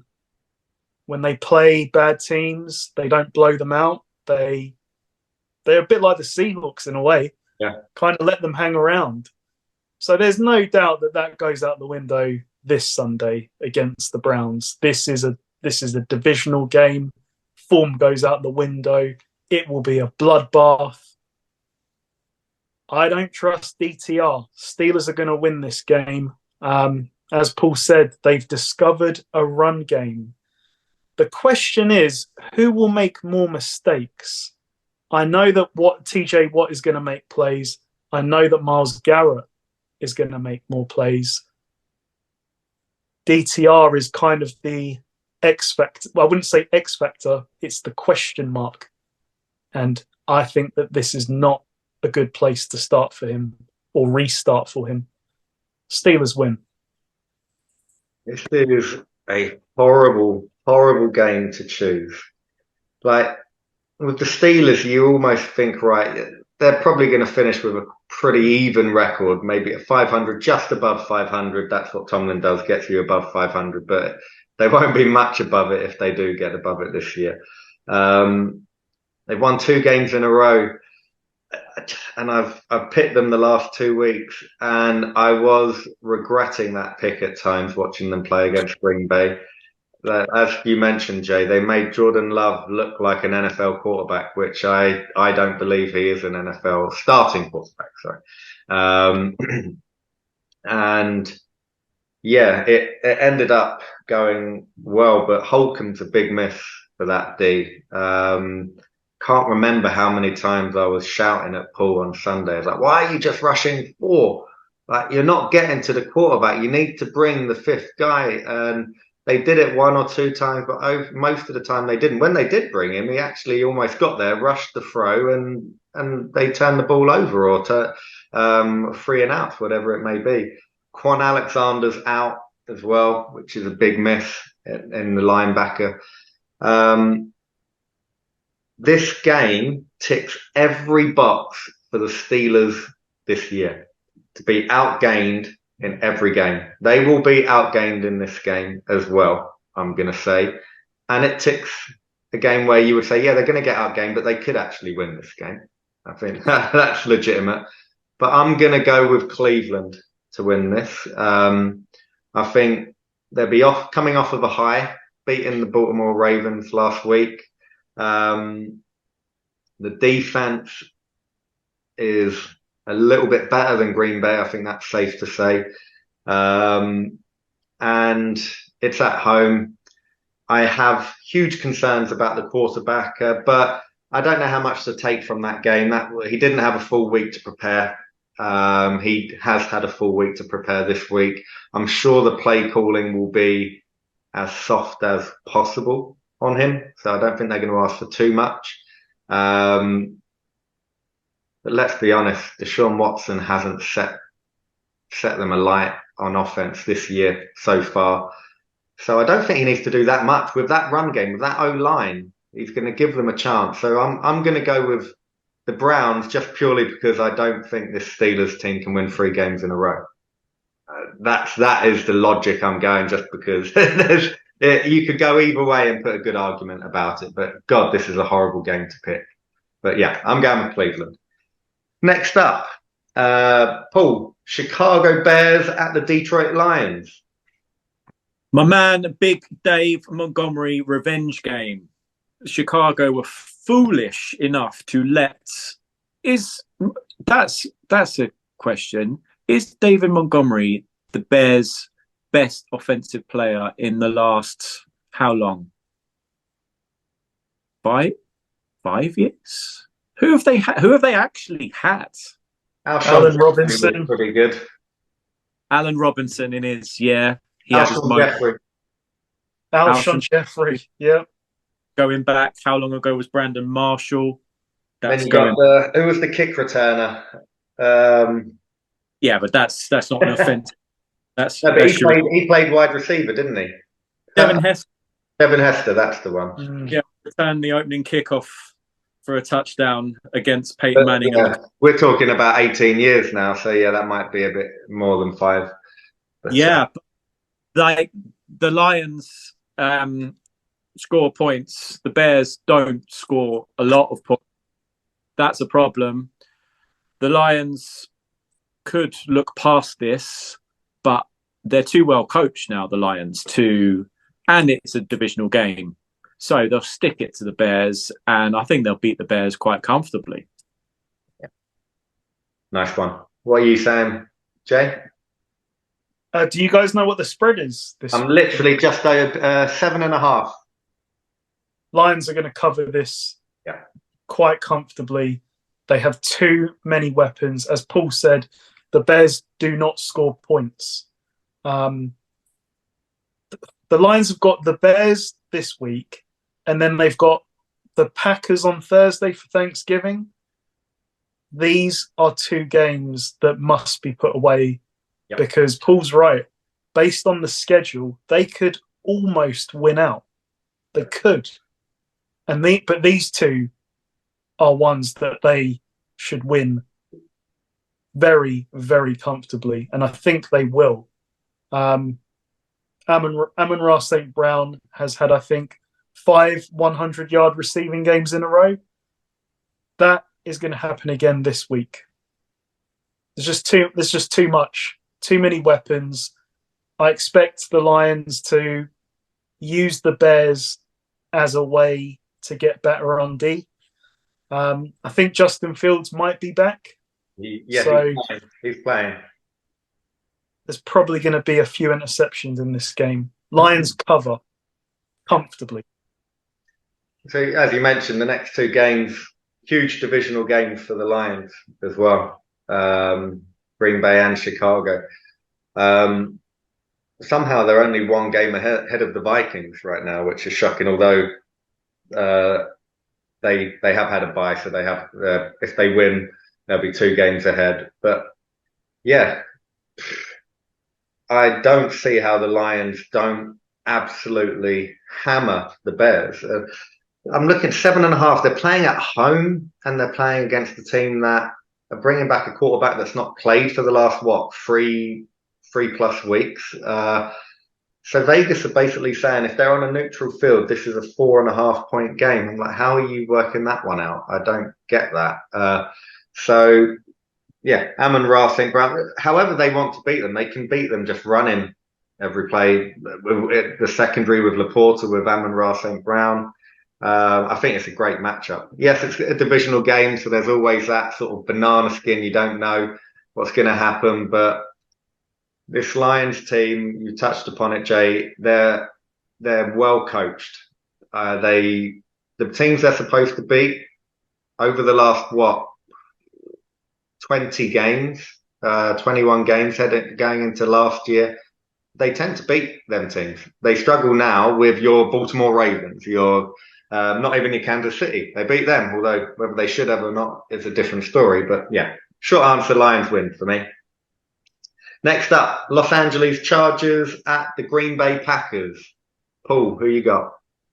I can see the Chargers doing the Chargers thing this week, but the Packers are so bad that I'm gonna pick the Chargers. Pittsburgh did their best to give this game this past week to Green Bay, and they couldn't take it. They're not going to be running wide open against the Chargers. No, I can't pick the Packers. I'm trying to I was trying to rationalize. I can't pick the Packers. I'm going to pick the Packers by default because I have to pick somebody. Who you got, Jay? Yeah, don't bet on this game. Everyone out there, please. This game is screaming for you to bet on the Chargers. Maybe even to bet on the Chargers to cover the spread, whatever the spread is. 3 points. This is the Brandon Staley Chargers. I'm picking the Chargers to win, but they scare the hell out of me. Is this a 1 p.m. Eastern game? It is. Yep. Always a bit dodgy, but I can't pick the Packers. I don't know how the Steelers made the Packers look the way they did last week. I don't think lightning strikes twice. The Chargers will handle them. I'm not saying it will be easy, and I'm sure the Chargers will be behind in this game somehow. But I've got to trust Herbert. I thought Herbert played really well last week outside of the one pick that he had. The Lions made him work for it. I don't think the Packers will make him work half as hard. And with Keenan Allen, Austin Eckler, they still have plenty. I mean, they are using those two to the absolute maximum, but they are delivering, especially Keenan Allen. Defensively, they're a joke. Maybe that's the way that this could be an upset if they give up runs like they did to David Montgomery. Some of their choices in that second half as well, like they just decided on 3rd and 1, we're going to sell out on the run, and Ben Johnson calls a play action, and Goff says, "Okay, thank you very much. I'll just throw it to the guy that is wide ass open. Okay, touchdown." I don't trust them, but I'm picking the Chargers. Yeah, I've got two concerns about this game. One, that you've got the West Coast team going over to the 1 p.m. game on the, not exactly on the East Coast, but going close enough. And two, the conditions from being used to the beautiful weather of Los Angeles, playing in Green Bay in November is not going to be very fun. But as it is during the day, it should be enough sunshine to see the sun like shine down on Herbert and Keenan Allen and Austin Eckler to get that win. Keenan Allen is an absolute beast. I don't think there's any one player, defensive player, corner, in this league that can match up to him one-on-one. He's proven it year after year. He's one of the best route runners, best hands to go with his size in the league. He's never had electric pace, but he's been an elite receiver for years now. And he's actually staying healthy. Even last week, he had shoulder injury, came back on and then caught a monster touchdown again. It was just guts, everything you want to see. Chargers have too much, just Green Bay, not good enough. So, yeah, that's for me. Las Vegas Raiders at the Miami Dolphins. Paul, who are you picking? I'm picking the Dolphins. They need this. This will get them further ahead of the Bills in this division. The Raiders have gutsed out a couple of wins against two bad teams back to back in the Jets and the Giants. The Dolphins are slightly better than the Jets and the Giants. And yeah, they'll be playing after the Raiders defense has played against the Jets and the Giants back to back. So what a shock it's going to be going down to Miami and playing against this offense. Don't think the Raiders are well coached enough to slow down Miami, and Miami are going to put up some points. Yeah, Miami win. What about you, Jay? Yeah, it's a nice story. Antonio Pierce, 2 games, 2 wins, but look who, as Paul said, look who they've beaten. This is the Dolphins now. We know the Dolphins are not the absolute creme de la creme of the NFL, but they're still very good. I see no way that the Raiders can win this game. They've basically had 2 default wins against teams that don't know what the word offense is. This team will light them up. And I'm sure Jalen Ramsey is going to make a very personal effort to shut down Davante Adams, who can't get going in this Raiders team. They can't really get him the ball. They tried last week, forcing it to him at the start. It's not going to happen here for Davante Adams, and Ramsey is just going to try and make it about him shutting him down. So Dolphins, whatever the spread is, they're 13.5. They're covering it.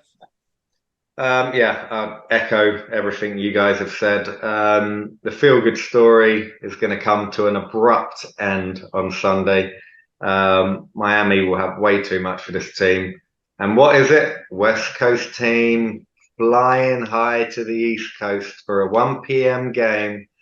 It's going to be painful. I think, and it's not even like it's a shock. Vegas are putting it at 13.5 points, and to be honest, it should be more. So, yeah, comfortable Miami win for myself. New York Giants at the Washington Commanders. Paul, who you got? My man Sam Howell's going to destroy this Giants defense. The Giants, like I said on my Step It Up, it seems like they quit. So, yeah, you can't quit as professionals. The Commanders, they try, they're limited, but they do put it all into their games. And again, this past week, they gave the Seahawks all they could handle. They have way too much for the Giants. But the Commanders do play the odd terrible game. Hopefully this is not one of those games, but it would take a terrible game for them to not beat this Giants. So they could play a 50% game and still beat the Giants. I wouldn't be in a rush to back the Commanders to cover the spreads, but they will win this game. Nice one. Who you got, Jay? Somehow the Commanders lost to this team a few weeks ago, but as Paul said, this was pre-quitting, and it was with Tyrod Taylor, who can make can make a hell of a lot more plays than Danny DeVito's little nephew that they've got playing right now. What I will say is I really hope that this doesn't tarnish Brian Daboll's coaching career. He's in an impossible situation. This is a poor roster. He deserves another shot if he does get fired. The Mara family do tend to fire these coaches after 2 years. I personally would... I mean, if I'm Daboll, I probably want to get fired so I can get the hell out of there and into another organization. They have no offense. It's a case of stop Saquon Barkley because Danny DeVito's little nephew is not going to beat you. And Sam Howell, he loves a clutch moment, doesn't he? That drive to tie the game. I mean, you guys saw what I had on in our WhatsApp group. God, he gave me some sweats. They're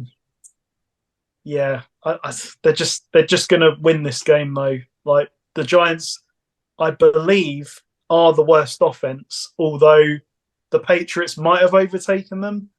But, either way, terrible team. The Commanders simply have to win this one. And I think they will.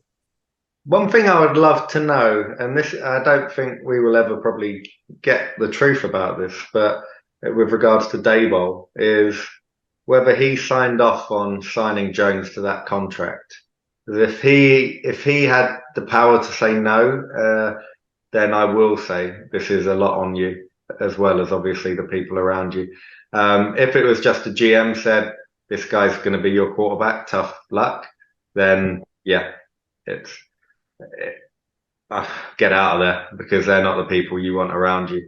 From what we've seen of him at Buffalo and last year, I can't see why he would have wanted Jones, especially at that price.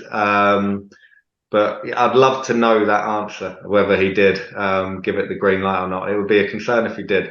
But going on to the game, you both have said it. There's no point repeating it. Like Washington, I see winning this game. I couldn't go with Giants beating anyone, even against the Panthers. I wouldn't be able to put the Giants right now.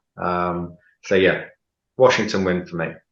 Next up, we've got the Dallas Cowboys at the Panthers. Who you got, Paul? Yeah, the Cowboys will win this game. The Panthers are concerning. Your top weapon is Adam Thielen. Your offensive line is not good. Your quarterback is learning, but he's learning. You're not, like we said with Josh Allen, like you're not giving him a good situation. The head coach is apparently a great offensive mind who signed off, given play calling duties to a new offensive coordinator. That's not going so well with either of them so far. I think the Panthers just get through this season, eat the fact that you gave your pick to the Bears for Bryce Young. You have to just eat that now. But the terrible thing for the Panthers is to see what CJ Stroud's doing. To just see that week after week. But he's a rookie, Bryce Young, and you've got to give him the opportunity. So you've got to draft some linemen and get, like I said, there's lots of receivers apparently in this upcoming draft. So second, third, fourth round picks. Go and get him some weapons. Adam Thielen as your number one receiver. I like Thielen, but he ain't going to get it done for you. Like, if he's your number one, then you're in a world of trouble. Miles Sanders, like, are you the perfect system running back? In Philadelphia, you can run for 1,000 yards. In Carolina, you can run for -1 yards, crash into the line of scrimmage. Just shows the system over the player, the scheme over the player. The Cowboys, the only way the Cowboys would lose this game is if they had a kind of Cardinals moment. But that's not going to happen this week. The Cowboys are going to destroy the Panthers. Yeah, whilst you're on that, we were talking about Buffalo earlier. Thielen would be an amazing number 2 for the Bills. Someone who's a good route runner, who you trust, safe hands, safety net, your Edelman, your Welker sort of equivalent. He would be an amazing safety net for Allen. But yeah, that's the subject. He's just smart. He's just exactly. And that's what you need. Yep. So, but yeah, Jay, who you got? Cowboys, Panthers.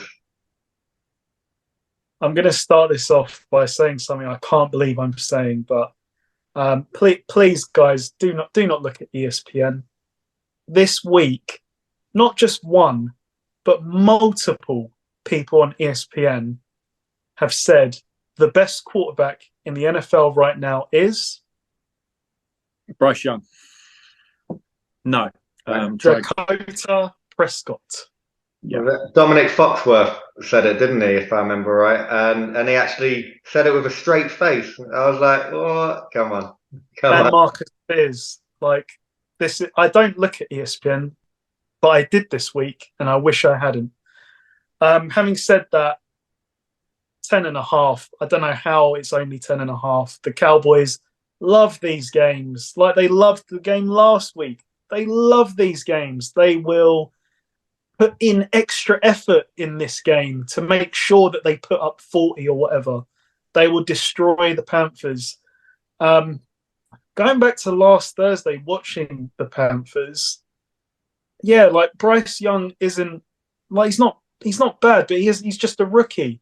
But at the moment, I feel like I'm watching Drew Brees at the end. Like, his football mind is working perfectly fine.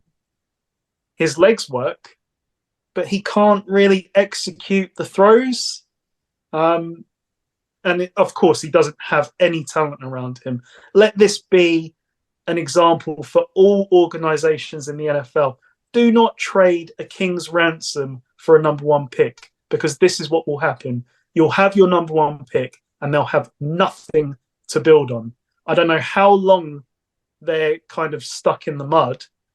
They're going to have to work free agency, I think, because they've given up a haul, and they gave up, a receiver. It's a shame that DJ Moore is not there, because he'll no doubt get wasted with the Bears anyway. But yeah, the Cowboys love these games. The spread may as well be -28. Cool. Love it. Yeah. I'm not going to prolong after what you guys have said. Cowboys win for me. Tennessee Titans at the Jacksonville Jaguars. Paul, who you got? Jaguars bounce back. Need this divisional game. Titans only put up 6 on the Bucks. Very disappointing. The Jaguars will. Yeah, the Jaguars really, after that humbling game against the 49ers, like a welcome to this is the elite of the NFL. They go back to a more comfortable situation against the Titans in their division. They should have too much for the Titans. And yourself, Jay? The Jaguars must win this game because they have a lot of difficult games coming up. And I tell you now, the Houston Texans have a fairly favourable schedule. And I believe they're only 1 game behind. The Jags have to be careful not to overlook this game because next week is Jaguars versus Texans. What happened to Will Lazers? I guess. I mean, The rookie. He's a rookie. You can't hang your hat on a rookie.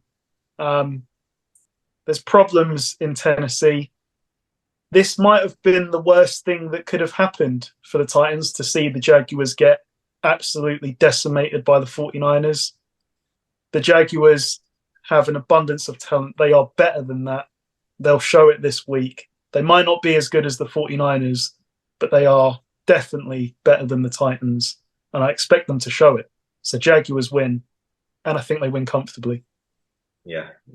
Similar to what happened with the Cowboys after they lost to the Cardinals earlier on in the year.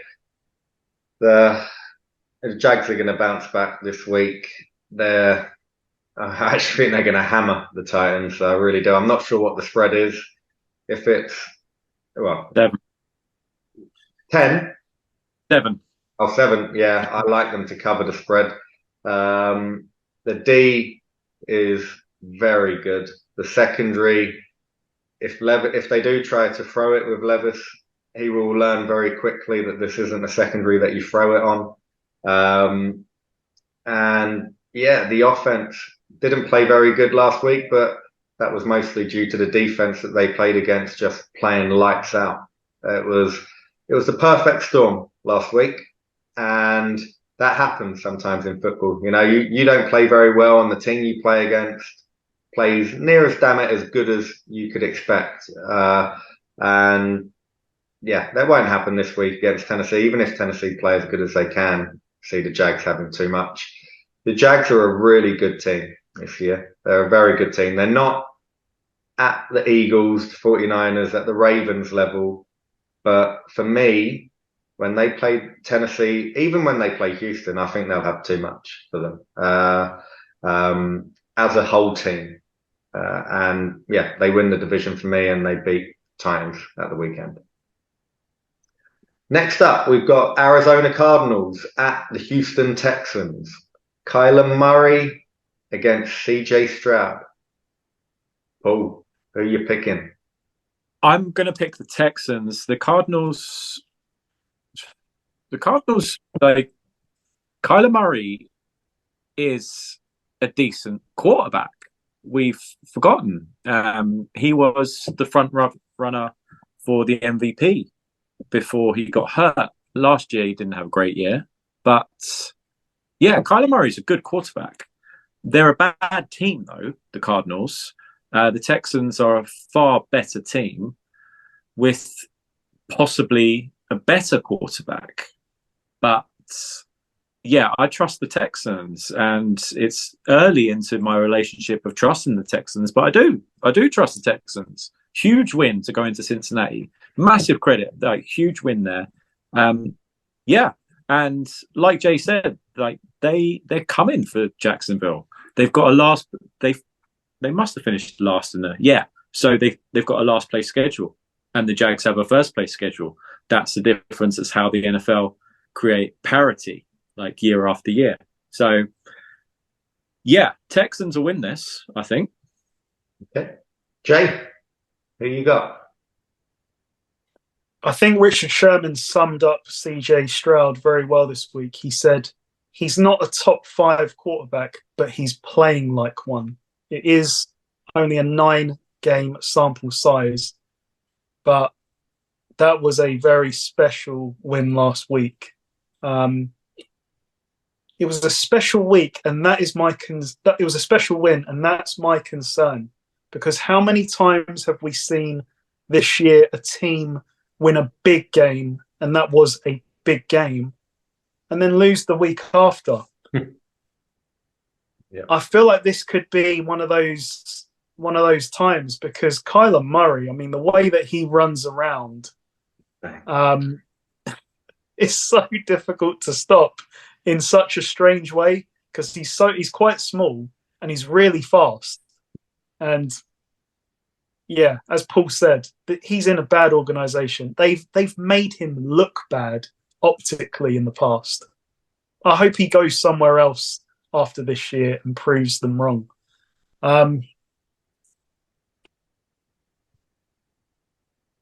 Yeah, I'm having trouble with this one. I am having trouble with this one. Pick the Colts. Do it. You know what? I just think that there's such energy with the Texans right now. I mean, what was his name? Is it the Will Anderson? Was saying that the energy that CJ Stroud and D'Amico Ryans brings has lifted the team. You're hearing after the game last week, Tank Dell telling Florio that CJ Stroud spends all week texting footage of the defense that they're going up against, saying, like, this is what you can do to beat this guy. And I just think that that is a level of leadership this early on, to be setting the tone with watching film in that way. It's probably getting others to watch more film and do more. I'm going to go with the hot hand. I feel there could be, this is my gut telling me there could be an upset this week. It's this one, but I'm going to ride with my man CJ Strikes because I have to. 15 touchdowns to 2 interceptions. I'm telling you now, he would have been number 2 on my top 5 this week because he's playing that well. Yep. And this game, something is inside me is saying go with Arizona, and logic is telling me not to go with Arizona. If this was in Arizona, I would go with Arizona to win this game. It's in Houston, and these games have to eventually start taking a toll on the Houston Texans mentally, and just on CJ Stroud. Surely it's going to impact him. That I'm trying to establish how he played like he did against the Panthers, and then he did what he did, obviously, in the last couple of weeks. I love me some D'Amico. Oh crap! Who's the head coach's name? D'Amico Ryans. I love me from week 1. I loved everything he seemed to install into this team. But I also like Gannon from Arizona. I think he's a pretty good coach. He's had nothing to work with this year. Remember at the beginning, before the season started, we were laughing at this Arizona team in terms of the players that they were going to start with on offense, how laughable it was. And they're actually respectable. They're not good, but they're respectable. I thought this could be the worst NFL team we'd ever seen. If I don't go with Houston, I know I'm just going to be thinking on Sunday at 6 p.m. I'm going to be thinking, what an idiot! Why didn't I go with Houston? I like what I saw. They beat Atlanta, which doesn't say much. I'm going to go with Houston at home. I do see their winning run coming to an end soon, but not this week, not at home to Arizona. Next up, we got the first of the late games, Tampa Bay Buccaneers at the San Francisco 49ers. Paul, who are you picking? Just quickly, just to go back to the Texans, because I'm in love with the Texans at the minute. Their offensive coordinator, Jay, your guy, he is a Shanahan disciple. Yeah, so more branches of this tree around the league. Like the Texans, look forward for 2, 3, 4 years. Like, go and get some receivers, beef up this offensive line, get some defensive players through free agency. They're going to have some salary cap. The Texans could be around for a while. Cincinnati turned around their future very quickly with Burrow and Chase. And yeah, I think the Texans, if they just hold on to their coach and this new offensive coordinator, because what really impresses me with the Texans is just, the kid makes throws, but the kid makes, because he's got a really, really strong arm and he's not scared whatsoever. But they're scheming up really good plays for him. Yeah, they're not complicated plays, but that guy, what's the name of that? He looks like a tight end, that huge receiver that they have. What, Noah Brown? Yeah, he's just running wide open constantly over the middle. And he runs, if you look at him, he runs the same route every time. Or every time he seems to have a huge play. It's just he starts on the right of the formation and just crosses the formation, just runs diagonal left. It's just a simple crossing route. And he's not electric, like quick. He's not rapid whatsoever. But not like Tank Dell. Tank Dell's rapid. Yeah. So that does shock. That's what might have happened in the last few weeks, because early on it was very much CJ Stroud, Nico Collins heavy, with a bit of Robert Woods sprinkled in. But Noah Brown has stepped up, and so has Tank Dell, I think. And now and Schultz. Schultz is getting a lot of the big downs. So suddenly this team doesn't look so no-name-ish after all. That's true. Yeah, massive credit to the Texans. They've got your man from the 49ers who was a passing game coordinator for Shanahan. So having spent time with Shanahan, he's going to know a little bit about the running game as well. So if they can imagine if they get their running game really going alongside this passing game, Texans could be... I mean, the Texans could make the playoffs this year with their schedule. They really could. Yep. I think they've had a lot. I noticed against the Bengals, a lot of the plays, you just touched upon it, where receivers were wide open. Now, I don't think that's going to happen against the Jags. They're not going to be wide open. That secondary is a different level. The pass rush is a different level. I think we need to just slam the brakes on a little bit with this Texans team. Yeah, they're doing good, but they're not there yet. I don't see them. Well, let's see. Let's see until next week. Let's see. Because the Jags really blew the first one with special teams. Yeah. Like, there were so many errors in that game that you can't really judge it. No. But the quarterback, I have no doubt in. They've got the two most important pieces, the head coach and the quarterback. Once you've got that, then that's half the battle, 3/4 of the battle even. So you're right, Paul. Over the next 5 to 10 years, they can just put the right pieces around them. This is a team that is going places, which we haven't been saying that about the Texans for many, many years. So good on them. Good on the GM. Again, that he got hired just before Deshaun left, didn't he? It was to try and keep Deshaun at the time. Didn't work out, but he's done a good job. So, next game, Tampa Bay at 49ers. Paul, who you got? The 49ers are back, and the 49ers will handle the Bucs. I think they'll crush them. I don't think this will be close. But the key thing with San Francisco is get to the postseason with your guys. So, that's it for San Francisco. But they'll win.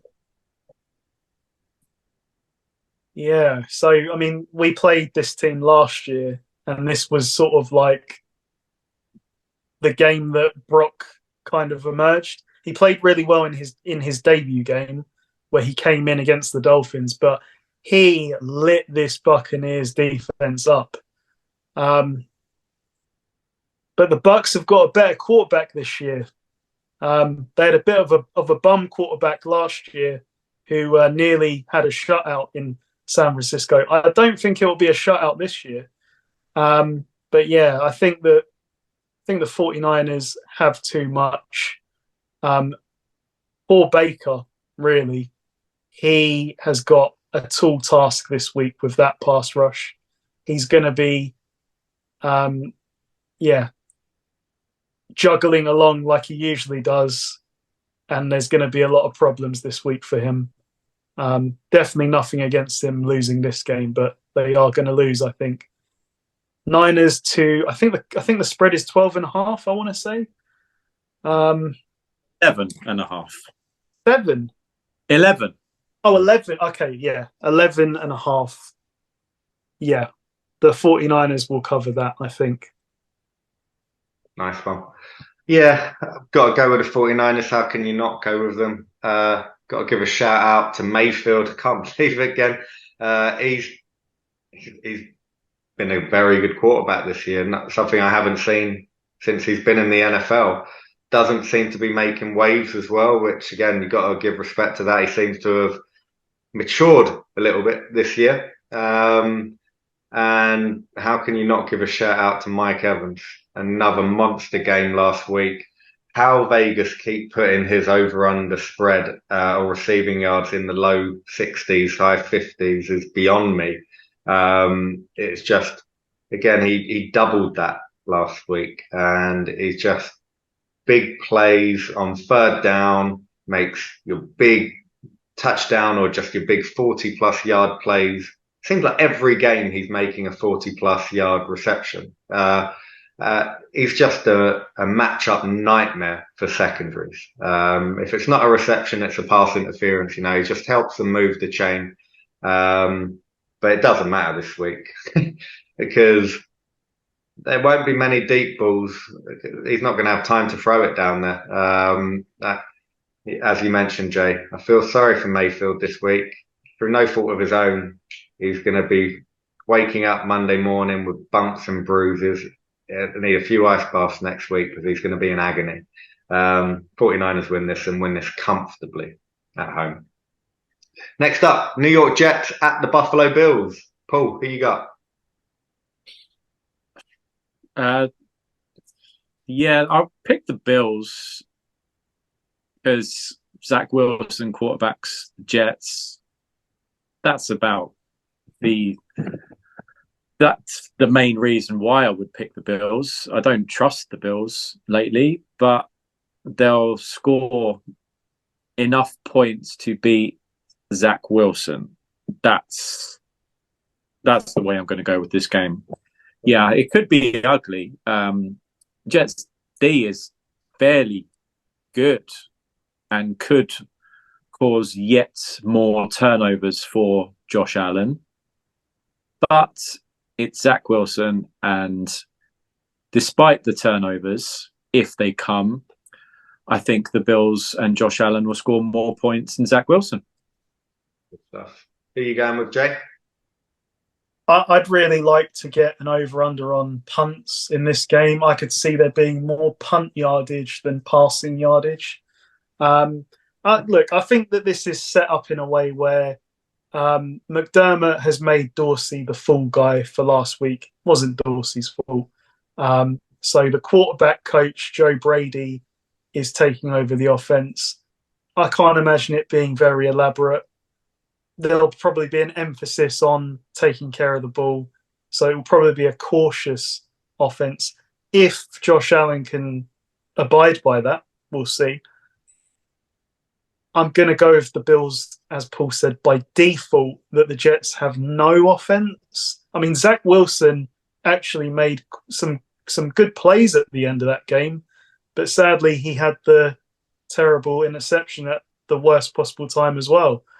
The Bills to win, but I'm telling you now, do not put this in your ACCA. Anyone that's betting on NFL, you will get punished, I'm telling you. The Bills could lose this game, but I am going to pick them to win. I look at this and I think, right, when teams lose a coach, sometimes there's a bounce back effect off that. But this wasn't a coach that the players didn't like. Allen's already come out and said he feels guilty, personally responsible for Dorsey losing his job. That's not fighting talk. That's not the talk of someone who's going to come out and prove a coach that, yeah, I was playing bad because of you, and now look how good I'm playing that you're gone. I see this could be a banana skin, even if you can class it a banana skin the way Bills have been playing. But I really do think the Jets can do it. They tend to do it against the better teams, or the supposed better teams anyway. Their defense is very good. I did think they would be better than what they've been, but they're still a good defense, and they do turn up every now and then. The offense, will the offense do enough? The pass rush of the Bills is still pretty good, and Zach Wilson is Zach Wilson. Oh, every part of me wants to go with New York. Buffalo at Buffalo, it's close to a home. It's not like New York have to travel far for this game. Do I want to go with Zach Wilson over Allen? I don't think I can choose Wilson over Allen. So I am going to go with the Bills, although it would not surprise me one bit if the Jets pulled off the win of this game. But yeah, I think I'm just going a little bit safe. If it was in New York, I would go with the Jets. But in Buffalo, I'm gonna stick with the Bills to win. Next up, Rob, can I just say one thing as well? Yeah. Devin Forty has ties to players in the Buffalo locker room. Yeah. And he was told this week that basically the mentality of the group right now is if Josh Allen doesn't go off, we can't win. That is very alarming. That they have no confidence in themselves. Yeah. And that comes down from the top. That's coaching. That's what coaches are there for, to get players mentally and physically ready. And clearly they're not doing either of them right now. So the last of the late games, only 3 late games on Sunday, unfortunately. But we've got 3, 6, we've got 8 early games. Great scheduling by the NFL. Seattle Seahawks at the Los Angeles Rams. Paul, who you got?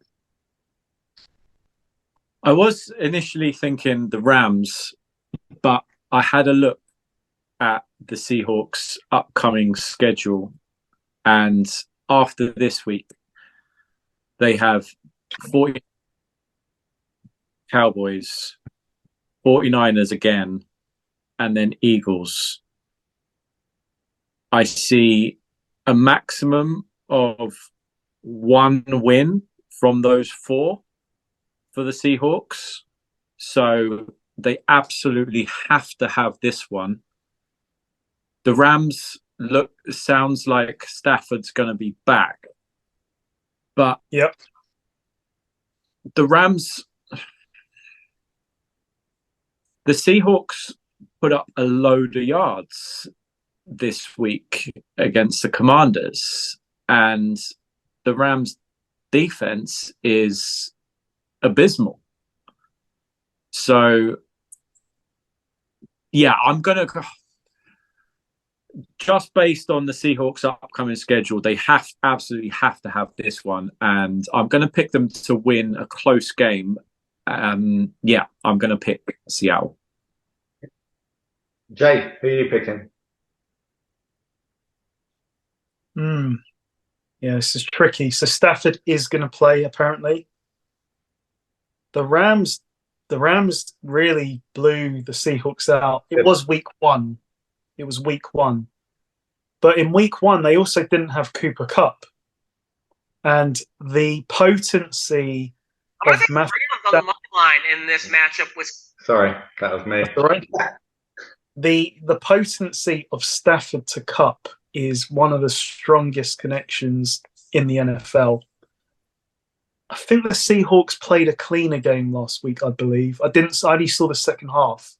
But Geno had been turning it over at a crazy rate for him. Yeah, Seahawks have to have this one. That is a difficult 4-game stretch.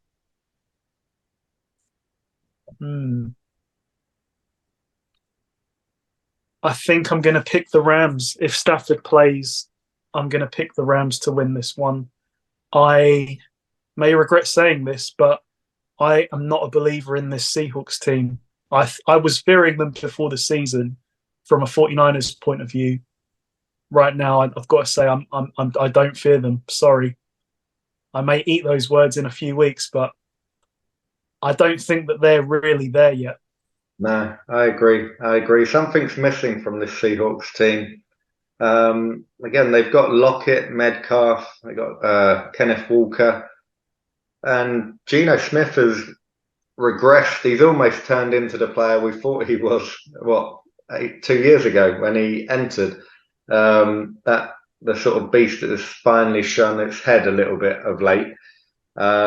Huge question marks. The Rams looking against when they played the Packers. It was the Packers, wasn't it? A couple of weeks ago they played against, and they lost to the Packers. It was a relatively close game for quite a while. It was only that they had Ripien at quarterback that they win that game if Stafford plays. Like, they've got Atwell, they've got Cup, they've got Puka Nakua, they've got the weapons, but they need the quarterback to get them the ball. Ripien isn't that person. Stafford definitely is that person. They've still got a good defensive front. You've got Aaron Donald on that defensive line. You're going to cause issues. And Geno Smith does not like people down his face. And Donald will be there. Not normally a good matchup for Seattle, the Rams. Divisional matchup in Los Angeles. If Stafford is playing, I have to go with the Rams. Just because offensively, I don't see how Seattle's defense stops the Rams. Again, they might be able to stop Cup, but then Nakua will eat. They might be able to stop Nakua, but then Cup will eat. They won't stop both of them. And right now, I love Pete Carroll as a coach. My concern is his era, his style of coaching is quickly becoming dated. As Bill Belichick is finding out, they do have similarities in how they believe the game should be played. McVay's style of coaching is the way the game is being played right now. So I'm going to have to go with McVay's coaching with Stafford over the Seahawks, which pains me to say because I do love the Seahawks. But yeah, I'm going with a Rams win. Then the Sunday night game, we got a blockbuster Sunday night. We've got the Minnesota Vikings at the Denver Broncos. Paul, who are you going with? I'm picking the Broncos. I keep picking against Josh Dobbs and he keeps beating me. But I think he played really, really well. Give him credit this past week. Really, really well. But the Saints were shocking. The Broncos seem to have, they've given up quitting when they quit earlier in the year to the Dolphins and everything when they weren't putting it all in. And Sean Payton seems to have just told Russell Wilson to calm down and just play an efficient game. And he did that against the Bills this past week. I think that'll be enough against the Vikings. Josh Dobbs just, he runs and he rolls out to the right. Just stop the rollout to the right and you stop Josh Dobbs. They don't have a running game either, much to speak of, the Vikings. So, yeah, but the Vikings might pull it out because that's what they do. That's what they do because this coach is very good at scheming up plays. Josh Dobbs was there for 3 days and didn't even know the guys on his team and pulled out the win. But I'm going to do it again. I'm picking against Josh Dobbs. I'll pick the Broncos. Jay, who are you going with? It's hard to believe that the Vikings have the longest win streak in the NFL right now. 5 wins in a row. Here's another irrelevant. This is an irrelevant stat, but I'll give it to you. This year with Justin Jefferson, the Vikings are 1-5, and without him, they're 5-0. Meaningless, but it's funny to say. Cut him. Oh, the Broncos. I tell you what, Russell Wilson, the touchdown to Cortland Sutton, may be one of the top 5 throws this season. And catch. That was vintage. Yeah, and catch for sure. That was vintage Russell Wilson. My concern is that the Bills had 6 turnovers. I believe the Broncos had, I want to say 1. And they still only won by a field goal. This Vikings team is an odd team, but it's Brian Flores. I mean, this was branded the worst defense in the league last year, and then they let go of Eric Kendricks and a couple of other veterans, and suddenly they look decent. They're not elite, but he's turned them round. Oh, it's in Denver. Tricky. Okay. I'm going to say it. Broncos country, let's ride. I don't have a strong feeling about this, but defensively, the Broncos have been better. Russell Wilson is improving. Baby Sean Payton is slowly turning it around. They've become fair. They've become competitive, shall we say. They're not great, but they are competitive, as are the Vikings. But I'm going to go with the Broncos to keep this win streak alive. Yeah, go back a few weeks. This Denver team, it weren't long ago we were saying it needs to be blown up. I think Sean Payton deserves a bit of credit. He's slowly, nowhere near done yet, but he is starting to put his blueprint onto this team. They're nowhere near the team that were there in the first 3-4 weeks of this season that put up 70 odd points against the Dolphins. That they'll always be remembered for. They're stuck with that now. But they beat the Chiefs. They beat the Bills. They're becoming a hard team to beat. On offense, they still have issues. There's no doubt about that. They got the ball in some good positions against the Bills and didn't put up 7. They put up 3 points. They didn't get given them. They wouldn't have won that game. Vikings, Dobbs is just a hard one to call. He can throw the ball pretty well. And he can run like 50, 60 yards on the plays to get an 8-yard gain. It's a pain in the arse to try and call against, I don't want to bet against any of their games. The Saints D ain't that bad, I didn't think they're great, but they're not terrible. Man, he made them look like dog shit in the first half last week. But do I think Hockenson and Addison is going to be enough to beat Denver in Denver? This is a horrible one. In prime time, I do like the Vikings D.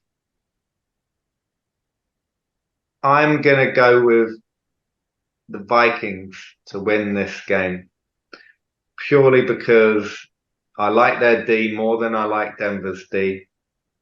And I like Hockenson and Addison a lot more than I like what Sutton or Judy will be able to do. Although I do like the run game on Denver a little bit more. But I'm gonna go with the Vikings. For me, it's a coin toss. This game, heads or tails. I wouldn't feel good either way. Right now, I'm regretting. Should I actually go with Denver? And I'm sure if I did Denver, I'd be thinking, should I have gone with the Vikings? So yeah, it is what it is. So going into the Monday night game. Super Bowl 2.0 potentially. We have the Philadelphia Eagles at the Kansas City Chiefs. Paul, who you've got winning this game? I'm picking the Chiefs. I think the Eagles have the better roster. However, this game being in Kansas City is big, and I think the Chiefs have impressed me with how they scheme up their D, and they're going to try Not saying it's going to be successful, but they're going to try to take away AJ Brown. They're going to at least crowd him at the line of scrimmage. But he is an absolute monster of a man. If you stand him next to these Chiefs corners, he towers over them. But that's only a problem if he gets going, if he gets running. If they can they might have to put 2 on him from the line of scrimmage or chip him from the line of scrimmage. And they're going to do, I don't know what exactly they're going to do, but they're going to do something. And I've got a lot of confidence in this old school defensive coordinator, Steve Spagnuolo, to come up with something to slow down the Eagles. And the Eagles' weakness, or not that it's a glaring weakness, but the weakest part of their tiddle of this defense. And that is where Travis Kelce eats. I don't know if his good lady will be in attendance in Kansas City, but that does seem to make a difference in the outcome of Chiefs games. So if we could do a bet in running, if we see her in the pregame, that could be a shot. It could be a call to go with this game. But in all seriousness, I'm going to go with the Chiefs. I think Kelsey's going to have a big game, and Spagnuolo's going to have something for the Eagles. And the Eagles aren't going to go the whole rest of the season undefeated. They're going to drop the odd game, and I think they dropped this one. Not a strong feeling, but I wouldn't lay big money on this game. But I just think the Chiefs will just find a way. Okay. Jay, who you got? Yeah, this is very interesting because both have had the benefit of having the bye week. It's quite nice that they do. I wish that the Falcons had their bye week for the Bengals, but I said it, I think, last week. The Dolphins gave you the blueprint to making this Chiefs offense deteriorate as a game goes on. And it's take Kelce out of the game at any cost. If you lose because Sky Moore goes off or somehow miraculously Marquez Valdez-Scantling goes off, I can live with that. I can hold my hands up and say, we lost because of that. But if the Eagles come off this field on Monday night and Kelsey's gone crazy, they're going to be slamming their heads against the wall. If the Eagles double Kelce, I think the Chiefs have major problems in this game. You can't really... I don't think you can really run on the Eagles. So as angry as Pacheco stamps on the floor, I'm not sure he's going to get through this wall of the Eagles' defensive line. Mahomes, we all love Mahomes, and he does often find a way to win these types of games.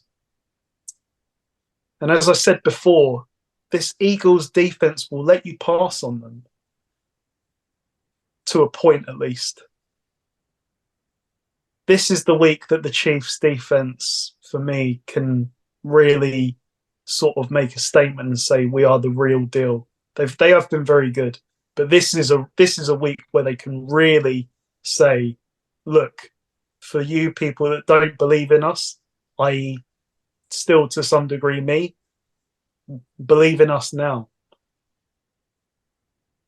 I just think the Eagles are going to have too much again. I think it's going to be back. It's probably going to go to the wire.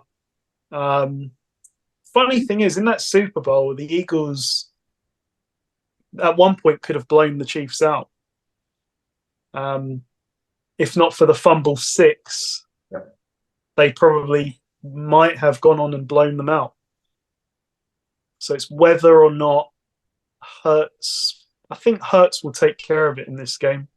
He's had quite a few pick sixes, a few fumbles in his own territory, but they haven't. The only time it's really hurt them is against the Jets. Yeah, I'm going to go with the Eagles. I don't know what the spread is, but I like the Eagles to win this, but it will be under 7. It might be like 5 or 4, maybe even less. But I like the Eagles. I trust the Eagles.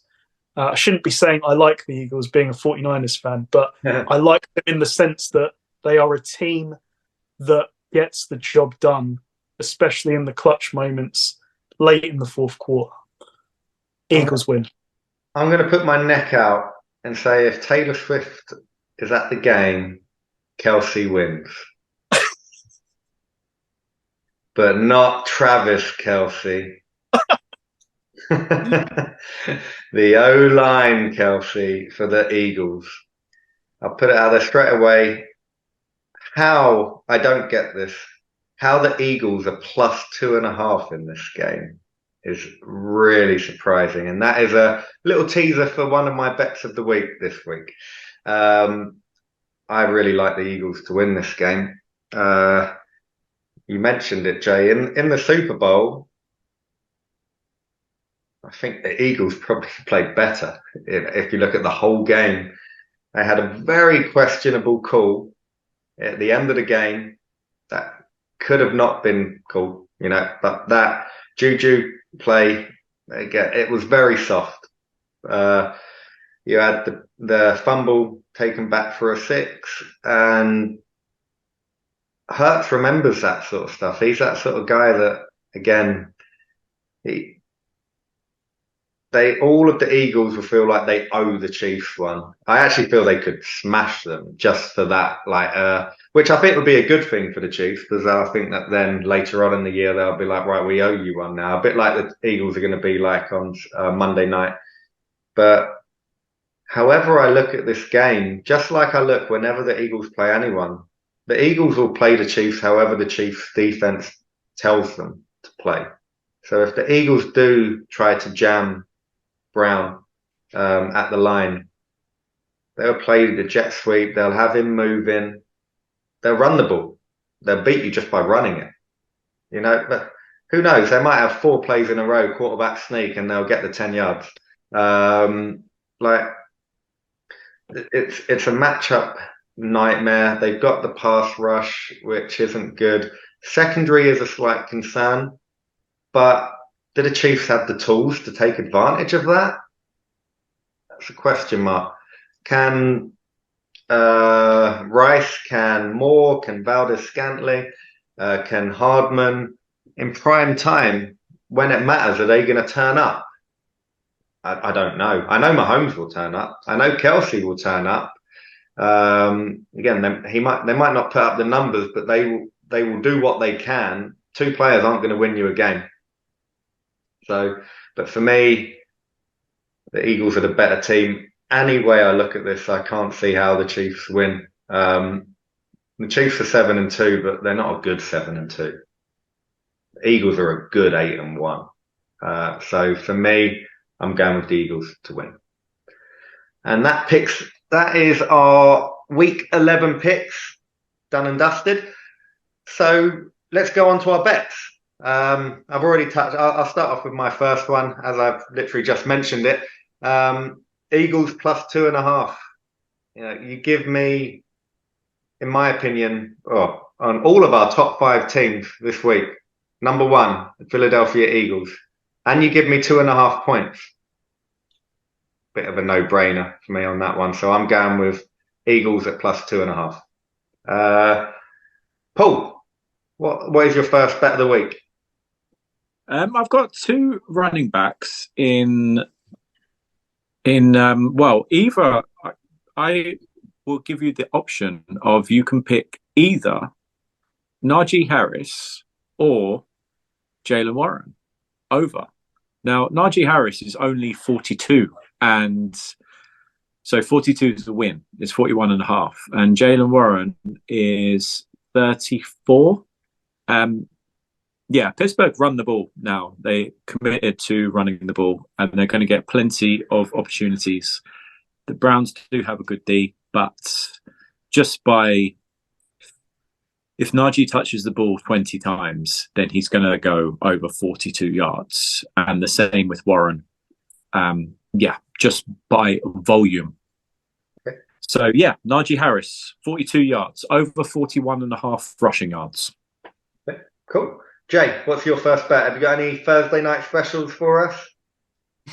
Mr. TNF, I do. I'm going to dabble again. Thursday has been a good night for me. Mondays have been bad nights for me, but Thursdays have been good nights. It's not an exciting one, and I might be reaching a little bit depending on the way these two teams play tonight. But I'm going to say they both kind of bounce back and we get a playoff game tonight, like a good one. Lamar Jackson and Joe Burrow both over 250 passing yards. It's not sexy, but it's 3-1. So I will go with that. I love that. Good stuff. I like it a lot. Okay. Well, my bet also is for tonight's game. Not quite as sexy as the 3-1, unfortunately, but gone the last 4 or 5 weeks. One thing I've noticed with a certain Joe Burrow, he's been running it a fair few times. His over-under rushing is 13.5 yards. He's going to be doing a lot of running around tonight to get away from the pass rush. I see that there being a lot of broken down plays and him having to rush. There'll be some 8-yard, 10-yard runs in there. I see him being close to 30 yards personally, rushing. So, yeah, I was going to go with Cowboys 10.5 because I think that's way too low. But I really like Burrow, 13.5 rush yards. Paul, what's your second bet of the week? More running. I'm going with running backs this week. So either you can take your pick. You can go with David Montgomery or Jahmyr Gibbs. Either or. David Montgomery scrimmage yards is 60 and Gibbs is 70. If you just want to go rushing yards, Montgomery's 49.5 and Gibbs is 41.5. I'd probably lean towards Gibbs because I'm going to pick one for this segment. So I'd go Gibbs scrimmage yards because he can catch the ball out of the backfield and run. But I think Montgomery's going to have a big game as well. They are very committed to the run, the Lions, and Gibbs is very, very rapid in the screen game, catching the ball out of the backfield. So yeah, that's the one I'm going to go with. Jahmyr Gibbs scrimmage yards over 70.5. Gibbs definitely seems like he's eating into Montgomery's touches now, and understandably so. I don't know what the actual breakdown is, but it must be quite even, if anything, in favour of Gibbs last week. Touch, it is just Gibbs, but that's because he's the pass catching back. Right. Sorry. Montgomery still had 15 rushes this past week. How many rushes did Gibbs have? Because he had quite a lot in the first. He's the early down back, isn't he? Yeah. Interesting to see that, but nice one. Perfect. Jay, who you got for your second bet? Yeah, just to say, I quite fancy both of them to go over. Could see it. All right, well, I'm going to take the low-hanging fruit this week. No, you know what? Let's make it more interesting. I'll do what Rob did last week. I'll go for a double. I'm going for the double. Cowboys minus 10.5. 49ers minus 11.5 double. That will give you, I think, roughly 2.4 to 1. Easy. Love it. Love it. I will state that my double was very close to coming in apart from the Ravens meltdown at the end. Can you believe me and Paul were watching the game and I was getting stressed over the Green Bay Steelers game because I'd already banked on the Ravens game after they went 14 points up. Yeah, I As little said about the rest, the better. The wonders of betting on divisional matchup. Just don't do it. There's no point. But awesome. Well, that's it for this week, guys. Thanks for taking part. Hope you all enjoyed it. And look forward to same time, same place next week. Take it easy. Cheers. Yeah.